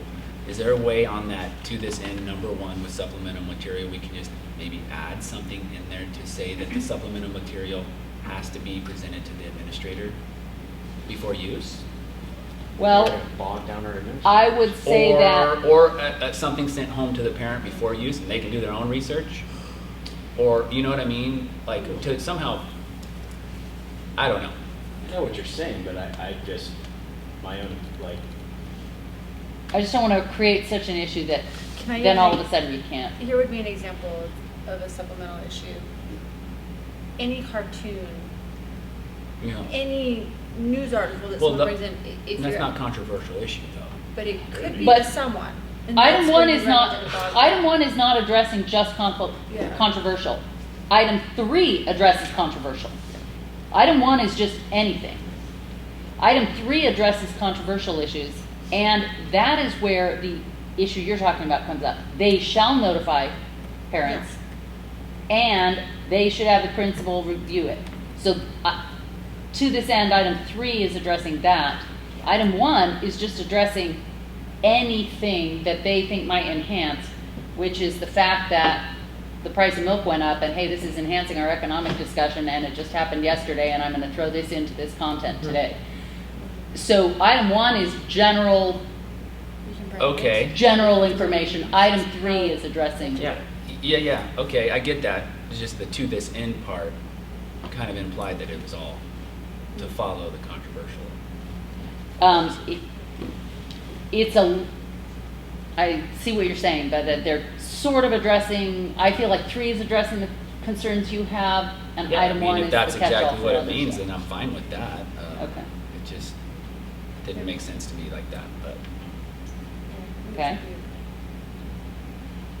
Would you entertain a motion? I would entertain a motion to approve, and then if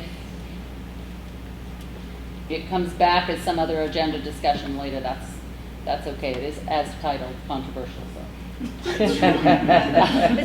I will entertain a motion. I would like to make a motion that we approve policy number 2340, controversial issues and academic freedom as presented here. Second. It's moved and seconded. Any more discussion? All in favor? Aye. Aye. Right. Okay. Any opposed? Any abstain? Aye. Okay. And then motion passes. And I would remind you, Jalen, that it can come back again if there's looking at it from a different lens or, you know. Chairman Lewis? Yes. Just for my own edification, because I don't know enough about how often this, I haven't been here long enough to know, I am going to do some follow-up for my own, which I will share with the board. I want to review the policy with the K-12 admin team. Then once the first reading, I'll show the first reading of the new race and curriculum that we looked through, because that kind of links in a little bit with this, and that will be new information for that group. And then I will do some of my own follow-up to find out how often are teachers bringing controversial issues, and I will ask them about Or how that. often are you hearing back from parents that, hey, this got brought up, and So I'll do some follow-up. And the See tough how- part, nobody wants to be bogged down, but in Yeah. a way, there are parts of our jobs or volunteer positions that require a bogging down. You know what I mean? And Yeah. I just and reread it from the context of 1 and 3 being a different, addressing a different kind of content, and see if it makes sense that way.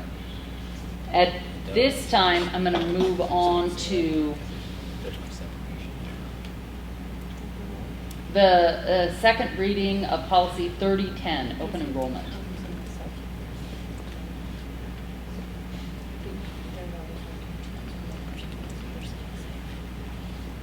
This is, as I said, second reading. Application, sorry. Do you guys have more discussion on that when you want to go back? No. Okay.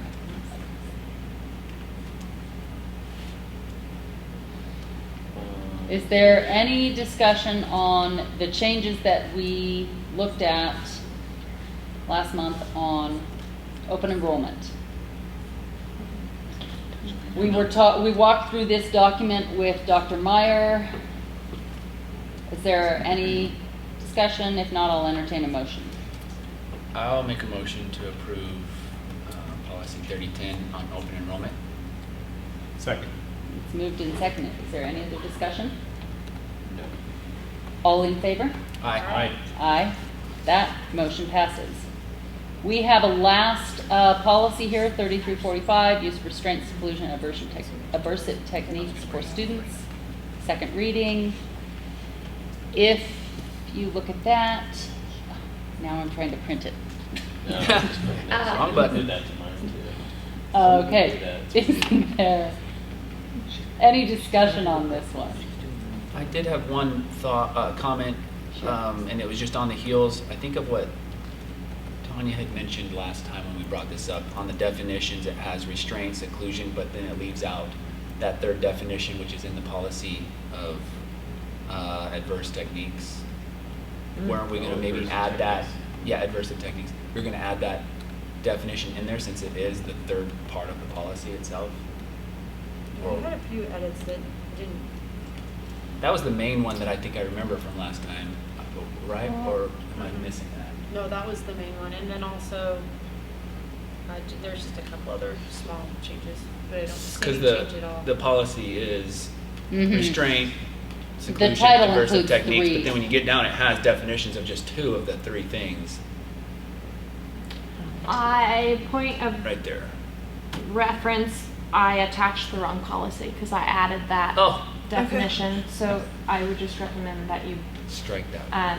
table this until next meeting, and Okay. that's my apologies.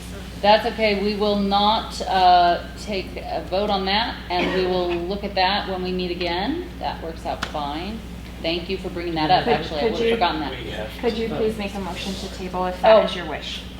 I move to table the approval of the second reading of policy 3345, use of restraint, seclusion, and adverse techniques for students. A second. It's moved and seconded. Any discussion? All in favor? Aye. Aye. Thank you. That motion passes. We Oh my gosh, we're at announcements. Who lasted? Who survived? Me and Tanya have announcements. I'm just kidding. No, I'm I know joking. We'll hear from They're all hating us administrators. Dr. Meyer, do you have any announcements? No, I had a long enough report tonight, so thank you for letting me. I'll just, I'm sorry. Yes. Chair Lewis. I would like to thank Mark Sauter. He's in the audience. He came and met with me today. He's running unopposed for our area. He's pro-education. When I was the principal of San Juan High School, he helped with Yogi create the entire chuck wagon. He is very much wanting to gather information. He's met with surrounding district superintendents. He's coming to board meetings. He's was at the Rotary presentation I did last week. So I really like the fact that somebody wants to learn more and be able to speak for his constituents. Obviously, he still has to win, but he is running unopposed, so I have great faith. He needs one vote. Great faith that he's going to win. So I appreciate you being here and participating in our group. So thank you. Mark, I didn't even see that. Thank you, I appreciate it. And it's very interesting, and I am pretty passionate about being able to speak for our district, so thank you for that time. Is there anyone else, administrators or? None tonight, thank you. We've heard from Sherry. You've heard from me enough tonight. At that, I will entertain a motion for executive session. I move that we move into executive session as provided for in Idaho Code Title 74, Section 206, subsection 1B, to consider the evaluation, dismissal, or disciplining of, or to hear complaints or charges brought against a public officer, employee, staff member, or individual agent, or public school student, to communicate with legal counsel for the public agency to discuss the legal ramifications of and legal options for pending litigation or controversies not yet being litigated but imminently likely to be litigated. The mere presence of legal counsel at an executive session does not satisfy this requirement. I second that. Moved and seconded. Any discussion? Roll call vote. Roll call vote. Trustee Peters? Aye. Trustee Sherman? Aye. Trustee Decker? Aye. Trustee Williams? Aye. Chair Lewis? Yes. Thank you. Motion passed. So I would remind you guys that we have to meet right here for executive session, so I have to very kindly kick everyone out.